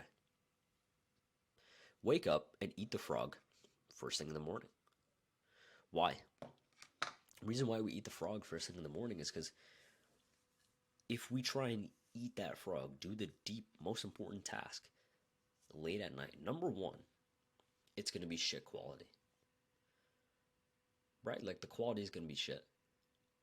Because I guarantee you, you try and do your business work, for example. You try and do that after you get home from school in the gym. You're not going to want to do anything. You try and study for that big giant test that you have to do. Do those homework assignments that you're missing that you have to do. You try and do that after you get home from school. You won't. You won't. You will only do them when you wake up and get to work straight away. Mark my words. If you want to make progress in this, progress in school, in YouTube, or whatever it is, whatever the big work task is for you, you'll only be able to make progress if you just wake up and do it. I've tried to record a video after school. My brain just doesn't work. I just become like an absolute autist every time I come home from school because I'm tired. Like I go to school. School takes up a lot of your brain power, by the way. School makes you really, really tired. I'm in school, I'm doing work, I'm trying to focus and stuff. Then I go to the gym. Like that's really difficult. That also takes away some of your brain power. And then I come home and I try and record a video. I try and do work. It just doesn't happen. Sure, I can make these presentations. Fine, I can do that. But if I try and record a video, it's not going to work. The best time for me to record a video is right when I wake up. because my brain is fresh, my brain is sharp, because I've had a good night's sleep the night before. Deep work is only focusing on the one essential task. Shallow work, I'm going to also have to make like a full work guide as well, a full guide on this very topic, because it's very, like, it's so important. Deep work is only focusing on the few things that matter most. What matters most? Well, for me, it's recording videos, making these presentations for you, for school, for example. The most important thing to study for the big tests. Do the test, the practice tests over and over and over again. Do the practice problems over and over and over again. Only focus on those. It's that simple. Only focus on the few things that matter most. That's what doing this is. Eating the frog, doing the deep work. Focusing on those few essential tasks, that one, maybe even just that one essential task. That's what it is. So your quest, figure out the ETF essential tasks and only focus on those. Everything else is a waste of time. And wake up and eat it before school. Eat the frog before school. Everything else is a waste of time. Most people try and get work done our age. They won't. They won't. Because they're focusing on like the things that don't even matter. For example, for me, it would be an absolute waste of time to change my profile picture. It would be an absolute waste of time to change my bio. It would be an absolute waste of time to go and look at the comments. Those are just shallow tasks. Yeah, I can still do those, but I'll just do them later. Just do them later, you know? Maybe when I have a little bit of free time, yeah, I'll check the comments. I'll change my profile picture or whatever. Most of the time, though, you got to focus on the few things that matter most. Focus on that big task that you have to do for business, for work, for school, whatever it is. Focus on that. Let's talk about the habit tracker. So we've gone through all of these habits. We've gone through what you should do. Now it's time to actually keep track of them. So make a habit tracker just like I made here. This is just an example. But this is usually what I put on my habit tracker. So I put 6 a.m., which is the time that I usually wake up. I put ETF, workout, cold shower, meditation, reading, gratitude, and stretching as well, because I'm trying to get more consistent in stretching too. So this is what we're going to do. And when you do the habit, when you wake up at 6 a.m., boom, you tick the box. You eat the frog first thing in the morning, awesome, boom, you tick the box. You do your workout, the workout that I laid out for you, the simple ass workout, boom, tick the box. You step in the cold shower for 2 seconds, boom, tick the box. And it's not going to be perfect. It's not supposed to be. It's not supposed to be perfect. When you first start out, your habit tracker might have a bunch of empty spaces in it. And you might look at that and get demotivated as certain things. You're yourself, you know what? Like, why am I having this habit tracker on my wall? It's just like ruining like my progress or whatever the hell. You're gonna make excuses. Keep it up there. Keep the habit tracker up there. Stick it up on your wall. One of the big ones. I have my habit tracker right next to me, like right there, right next to me on my wall, because every single day I'm reminded of the progress that I made. Every single day I'm reminded about what I could do better. And when I see, like, I've gone like 3 days and I haven't eaten the frog, I've gone 3 days and I haven't, read, I see those empty spaces and I think to myself, like, you know what? Let me fix that. Let me fix those empty spaces. Let me fill them up finally. Because it actually motivates me to get more work done. Because I'm thinking to myself, like, you know what? I'm better than that. I'm better than leaving those blank spaces. And progressively overload as well. When you're first starting out, if you just do that workout, maybe even if you just do 10 push-ups, boom, you tick the box. You step in the cold shower for 2 seconds, boom, you tick the box. You read one sentence, boom, tick the box. You say one word, one sentence of gratitude to anything, to anybody, boom, you tick the box. And then you progressively overload it back up. So the next day, instead of doing 10 push-ups, you do 20. Instead of stepping in the cold shower for 2 seconds, you step in it for 5 seconds. You progressively overload it this way until eventually you're hitting the gym 4 times a week. You're doing 2-minute cold showers. You're reading a couple pages per day. Start small, work your way back up. Daily routine. This is a big one.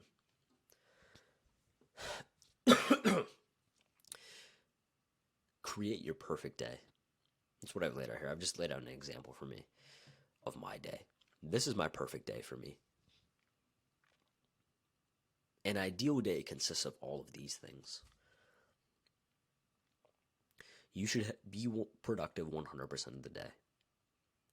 That doesn't mean to work every single hour of every single day. That's not what I mean. Being productive means just not doing the bad habits. Being productive means, for example, learning, doing schoolwork. Being productive, for example, means, again, doing meditation, stretching, maybe taking a nap if you need to. The things that improve your mental health, those things that a lot of people look over, that you might look over, add them in. They're not a waste of time. So just go on a Google Calendar. Maybe you can write this on a piece of paper, or maybe you can write this on like your notes app on your phone. Create your daily routine. Your absolute perfect day. It's not going to be perfect. There's going to be days where life happens and, you got to go to your mom to a certain event. Go with your mom to a certain event, sorry. And that's fine. Life's going to happen. But just follow this daily routine that you made for yourself as best as you possibly can. It is so much better to have a daily routine like this than to just live life with spontaneousness. I don't know how the fuck you say that. It's better to live life in this kind of way. This is how I was able to make the most progress. I just did the same thing every single day. And I know that might sound depressing. For me, it was fun as fuck. For me, I love to wake up and just record videos. For me, I love going to the gym. I love learning. I love getting better. I know that might sound like cringe or whatever. Fine. I like this. I like this daily routine. I like doing all the things here. I even appreciate school. Like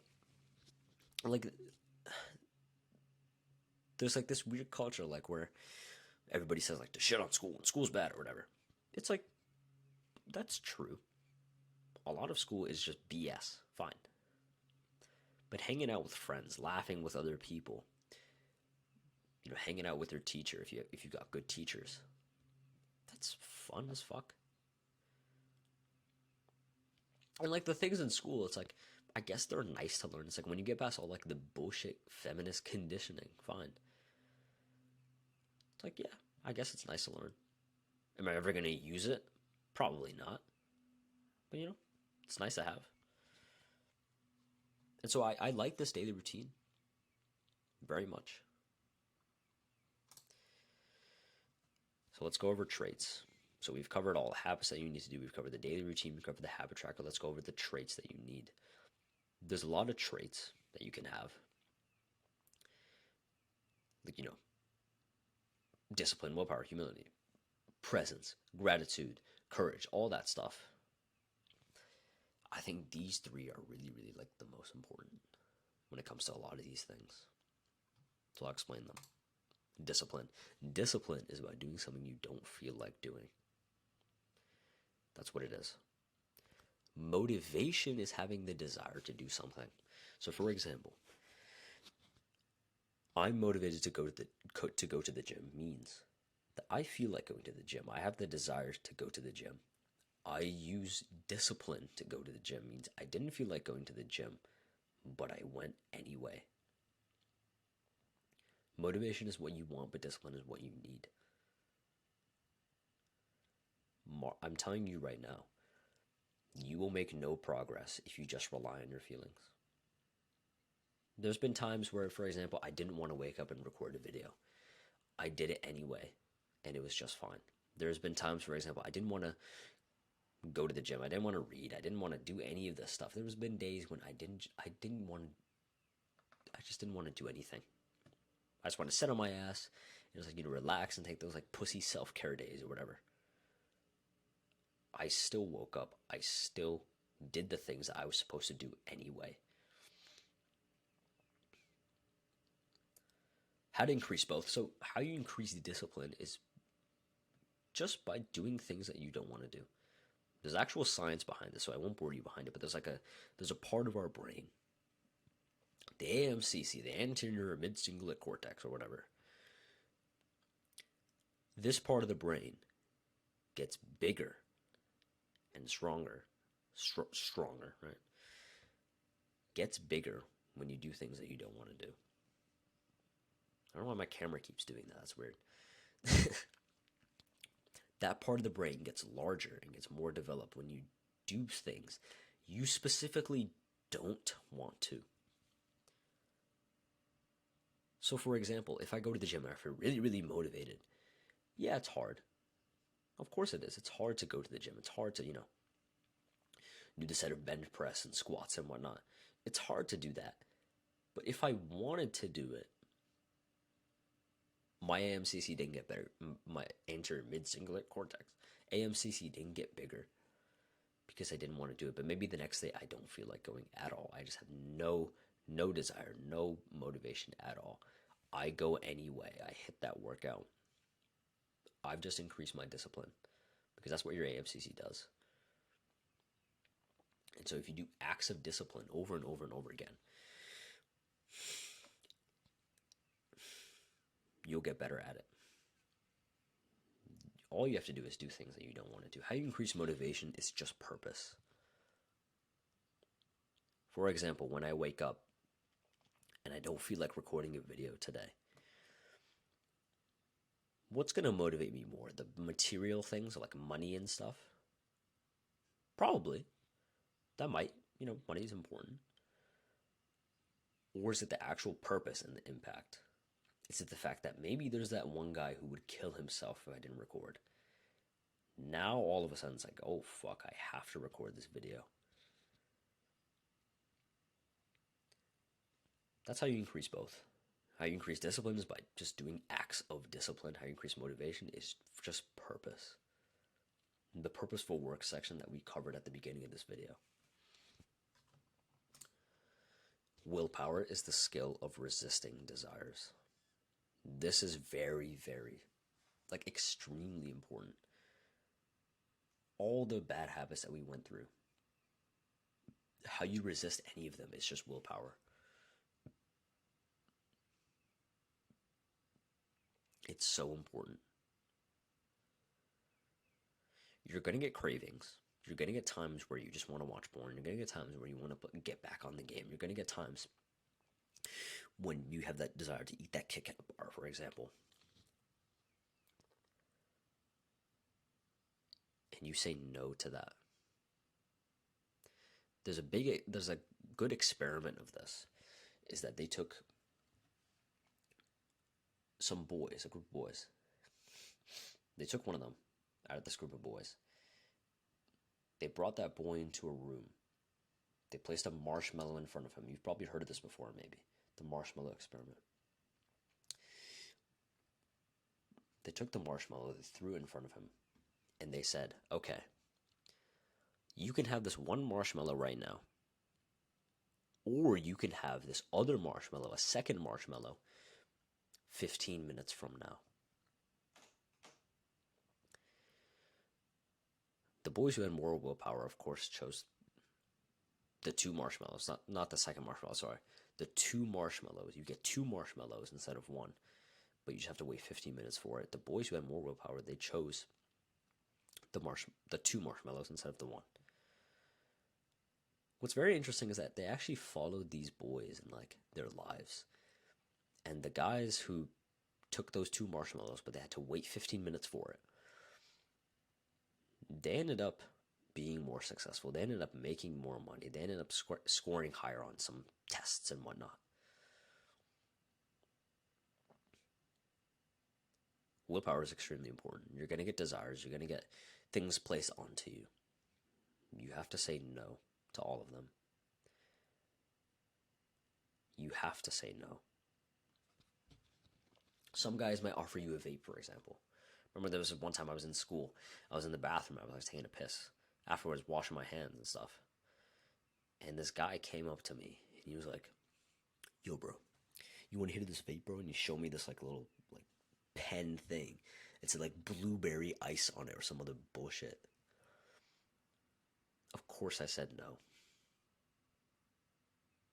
That was a desire that I had, and I said no to it. Recently, I don't know why, but my parents have been like, come on, let's go out, let's go eat ice cream, let's go eat pancakes. Come on, let's go. I said no because I had the desire. I like ice cream. I'm a big ice cream guy. That's like my favorite dessert of all time. I love ice cream. I like pancakes too. But I said no to both of them because, again, this is the season that I'm on where I'm not trying to, like, eat certain foods and, like, be, like, proper, like,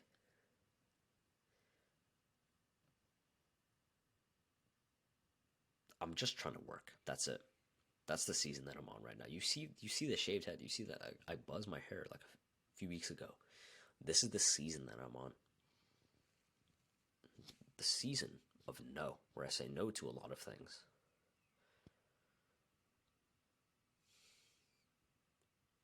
Willpower is extremely important if you want to fix your life. So, so important. Don't overlook this. How to increase willpower? Something weird that I did. I took my all-time favorite treat, sugary treat, ice cream, for example. I actually did this. I took it, I placed it on my desk, and I just looked at it. I looked at the thing that I was consumed by for so long. I looked at it, and I didn't eat it. I got the massive urges to eat it. Massive, massive urges. I was sitting there on my desk. I put like the ice cream jar down. I opened it, and I just stared at it like a psychopath. I know that might sound weird, but that was actually so powerful because it just made me ask myself, why does this thing have control over me? Why am I addicted to this thing? Very, very powerful. Very powerful. So, your quest, grab your all time favorite snack, whatever it is, and put it on your desk. I remember I used to keep a little Kit Kat bar on my desk, like right next to my computer, every single day, just constantly training my willpower. And that was so powerful. Your mind will cope hard. That is a part of your brain that doesn't care about you. There's two parts of your brain. One part of your brain is like kind of like that Chad part of your brain that's like, no, no, no, no, we don't do that. No, no, no, we go to the gym even when we don't feel like it. We do these things. We're disciplined. We're hardworking. We do all of these things. That's like the Chad part of your brain that actually cares about you. Then there's the other part of your brain that doesn't care about you at all. That made you watch over 1,000 hours of porn. That made you play over 10,000 hours of games. 100,000 hours. That part doesn't give a fuck about you. Don't listen to it. Your mind will cope hard. It'll cope hard. I remember when I did that practice, when I grabbed the ice cream bucket and I like put it on my desk, my mind coped so hard. It was like, okay, come on. Like, you can stop doing this. You can just have one little bite. Why would you listen to that part of your brain? Again, what did I say at the start of this? Your brain is your brain is the reason why you're here today. So why are you listening to it? Just listen to mine. What? Because I actually just want to help you. And I've made progress in this area. I've quit like all of the addictions that I've had previously. And I'm telling you right now, your brain will cope hard. Don't listen to it.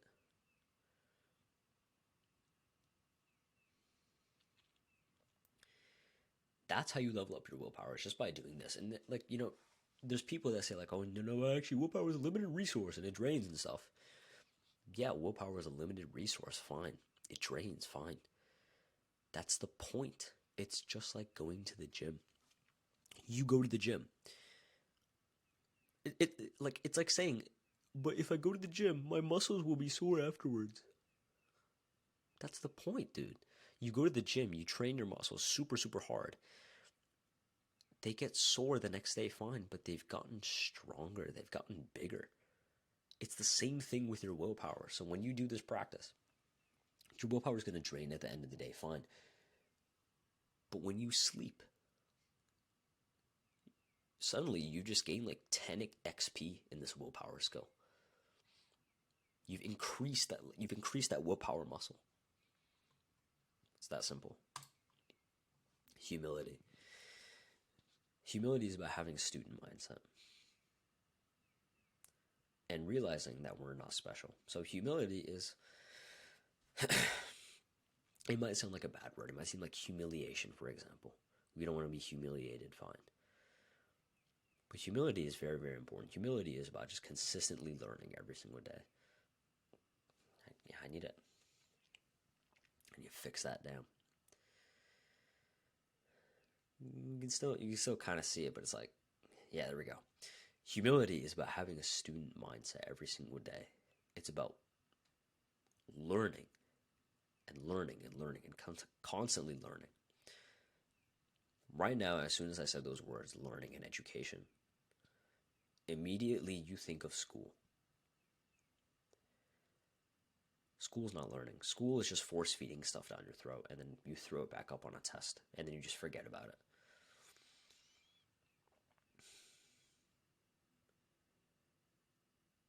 Learning and education is actually really, really important. Like real learning, real education, what you're getting in this video. If you've watched all the way through this video is probably over 2 hours long at this point, long as hell. You've watched all the way through this video.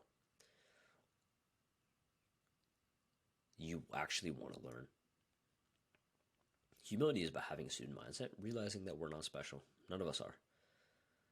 I'm not special, you're not special. The reason why maybe you've related to a lot of the things that I've said is, again, we're not special. We're all the same. We've all been taught the same things. We've all been conditioned the same way.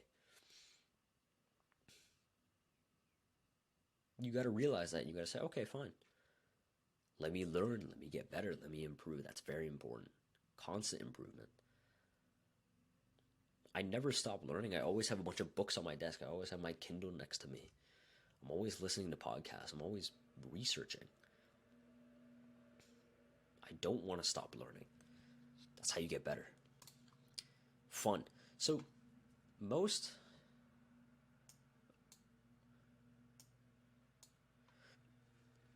like self-improvement monk mode protocols are like, yeah, don't have fun. Like, yeah, stay inside your house 24/7. Why?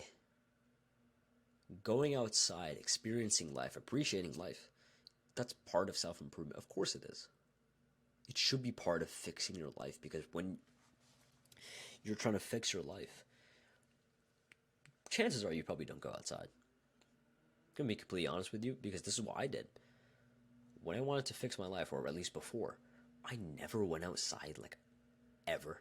I would only go outside for school, and maybe because, like, my parents forced me to. That's it. Go outside and do shit.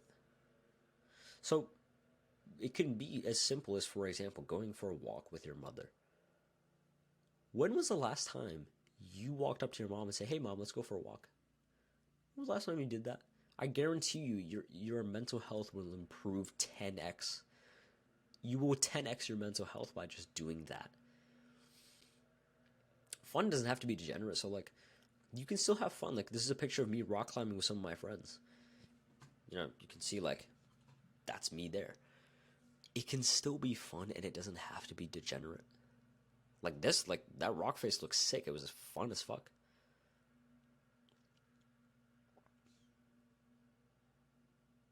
Go outside and have some fun, come on.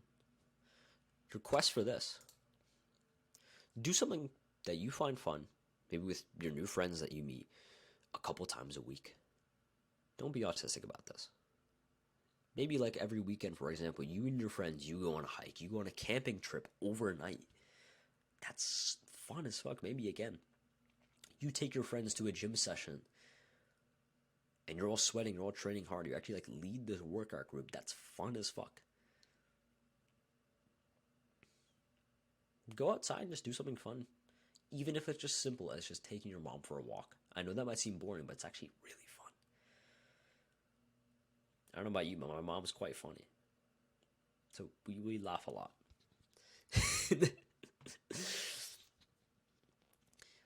It's that simple.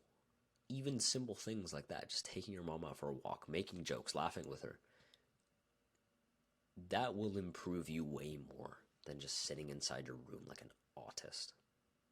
But don't be autistic about this. Boom. We've covered basically everything. We've covered the prerequisites, we've covered the distractions, we've covered the execution. Be proud of yourself. You've watched this whole video, chances are, if you've watched this video is over 2 hours long. If you've watched this video, props to you. Huge, huge respect. You should be extremely proud of yourself. You should be thinking to yourself, like, you know what? I watched this whole video that's 2 hours long. Most kids my age, what are they doing right now? Most kids our age, what are they doing? They're edging their dick right now. They're jacking off as we speak. They're still playing games. Watching like GTA 5, like a GTA 5 car crash compilation. Be proud of yourself. You've watched this whole video, which means you actually want to improve. And you should be proud of that. So one of the best ways to learn is not really to study. Studying is important. It's not to read or take notes or anything like that. Those things are still good. But it's to recap what you've just learned. So maybe as a comment underneath this video, or maybe you can just write down on a separate piece of paper, what have you learned from this video? If you actually paid attention and watched this whole thing, what have you learned? Write that as a comment below. It's one of the best ways that you can learn. Maybe eventually you can see this video in the future and you see that, you know, your comment has actually helped a couple people. Maybe you look back at your previous comment and, you know, you say like, oh yeah, like, yeah, I remember this. And again, you connect it to like that greater knowledge base that I talked about previously. You've watched this whole video. Go take action on it. You got this, man. Proud of you.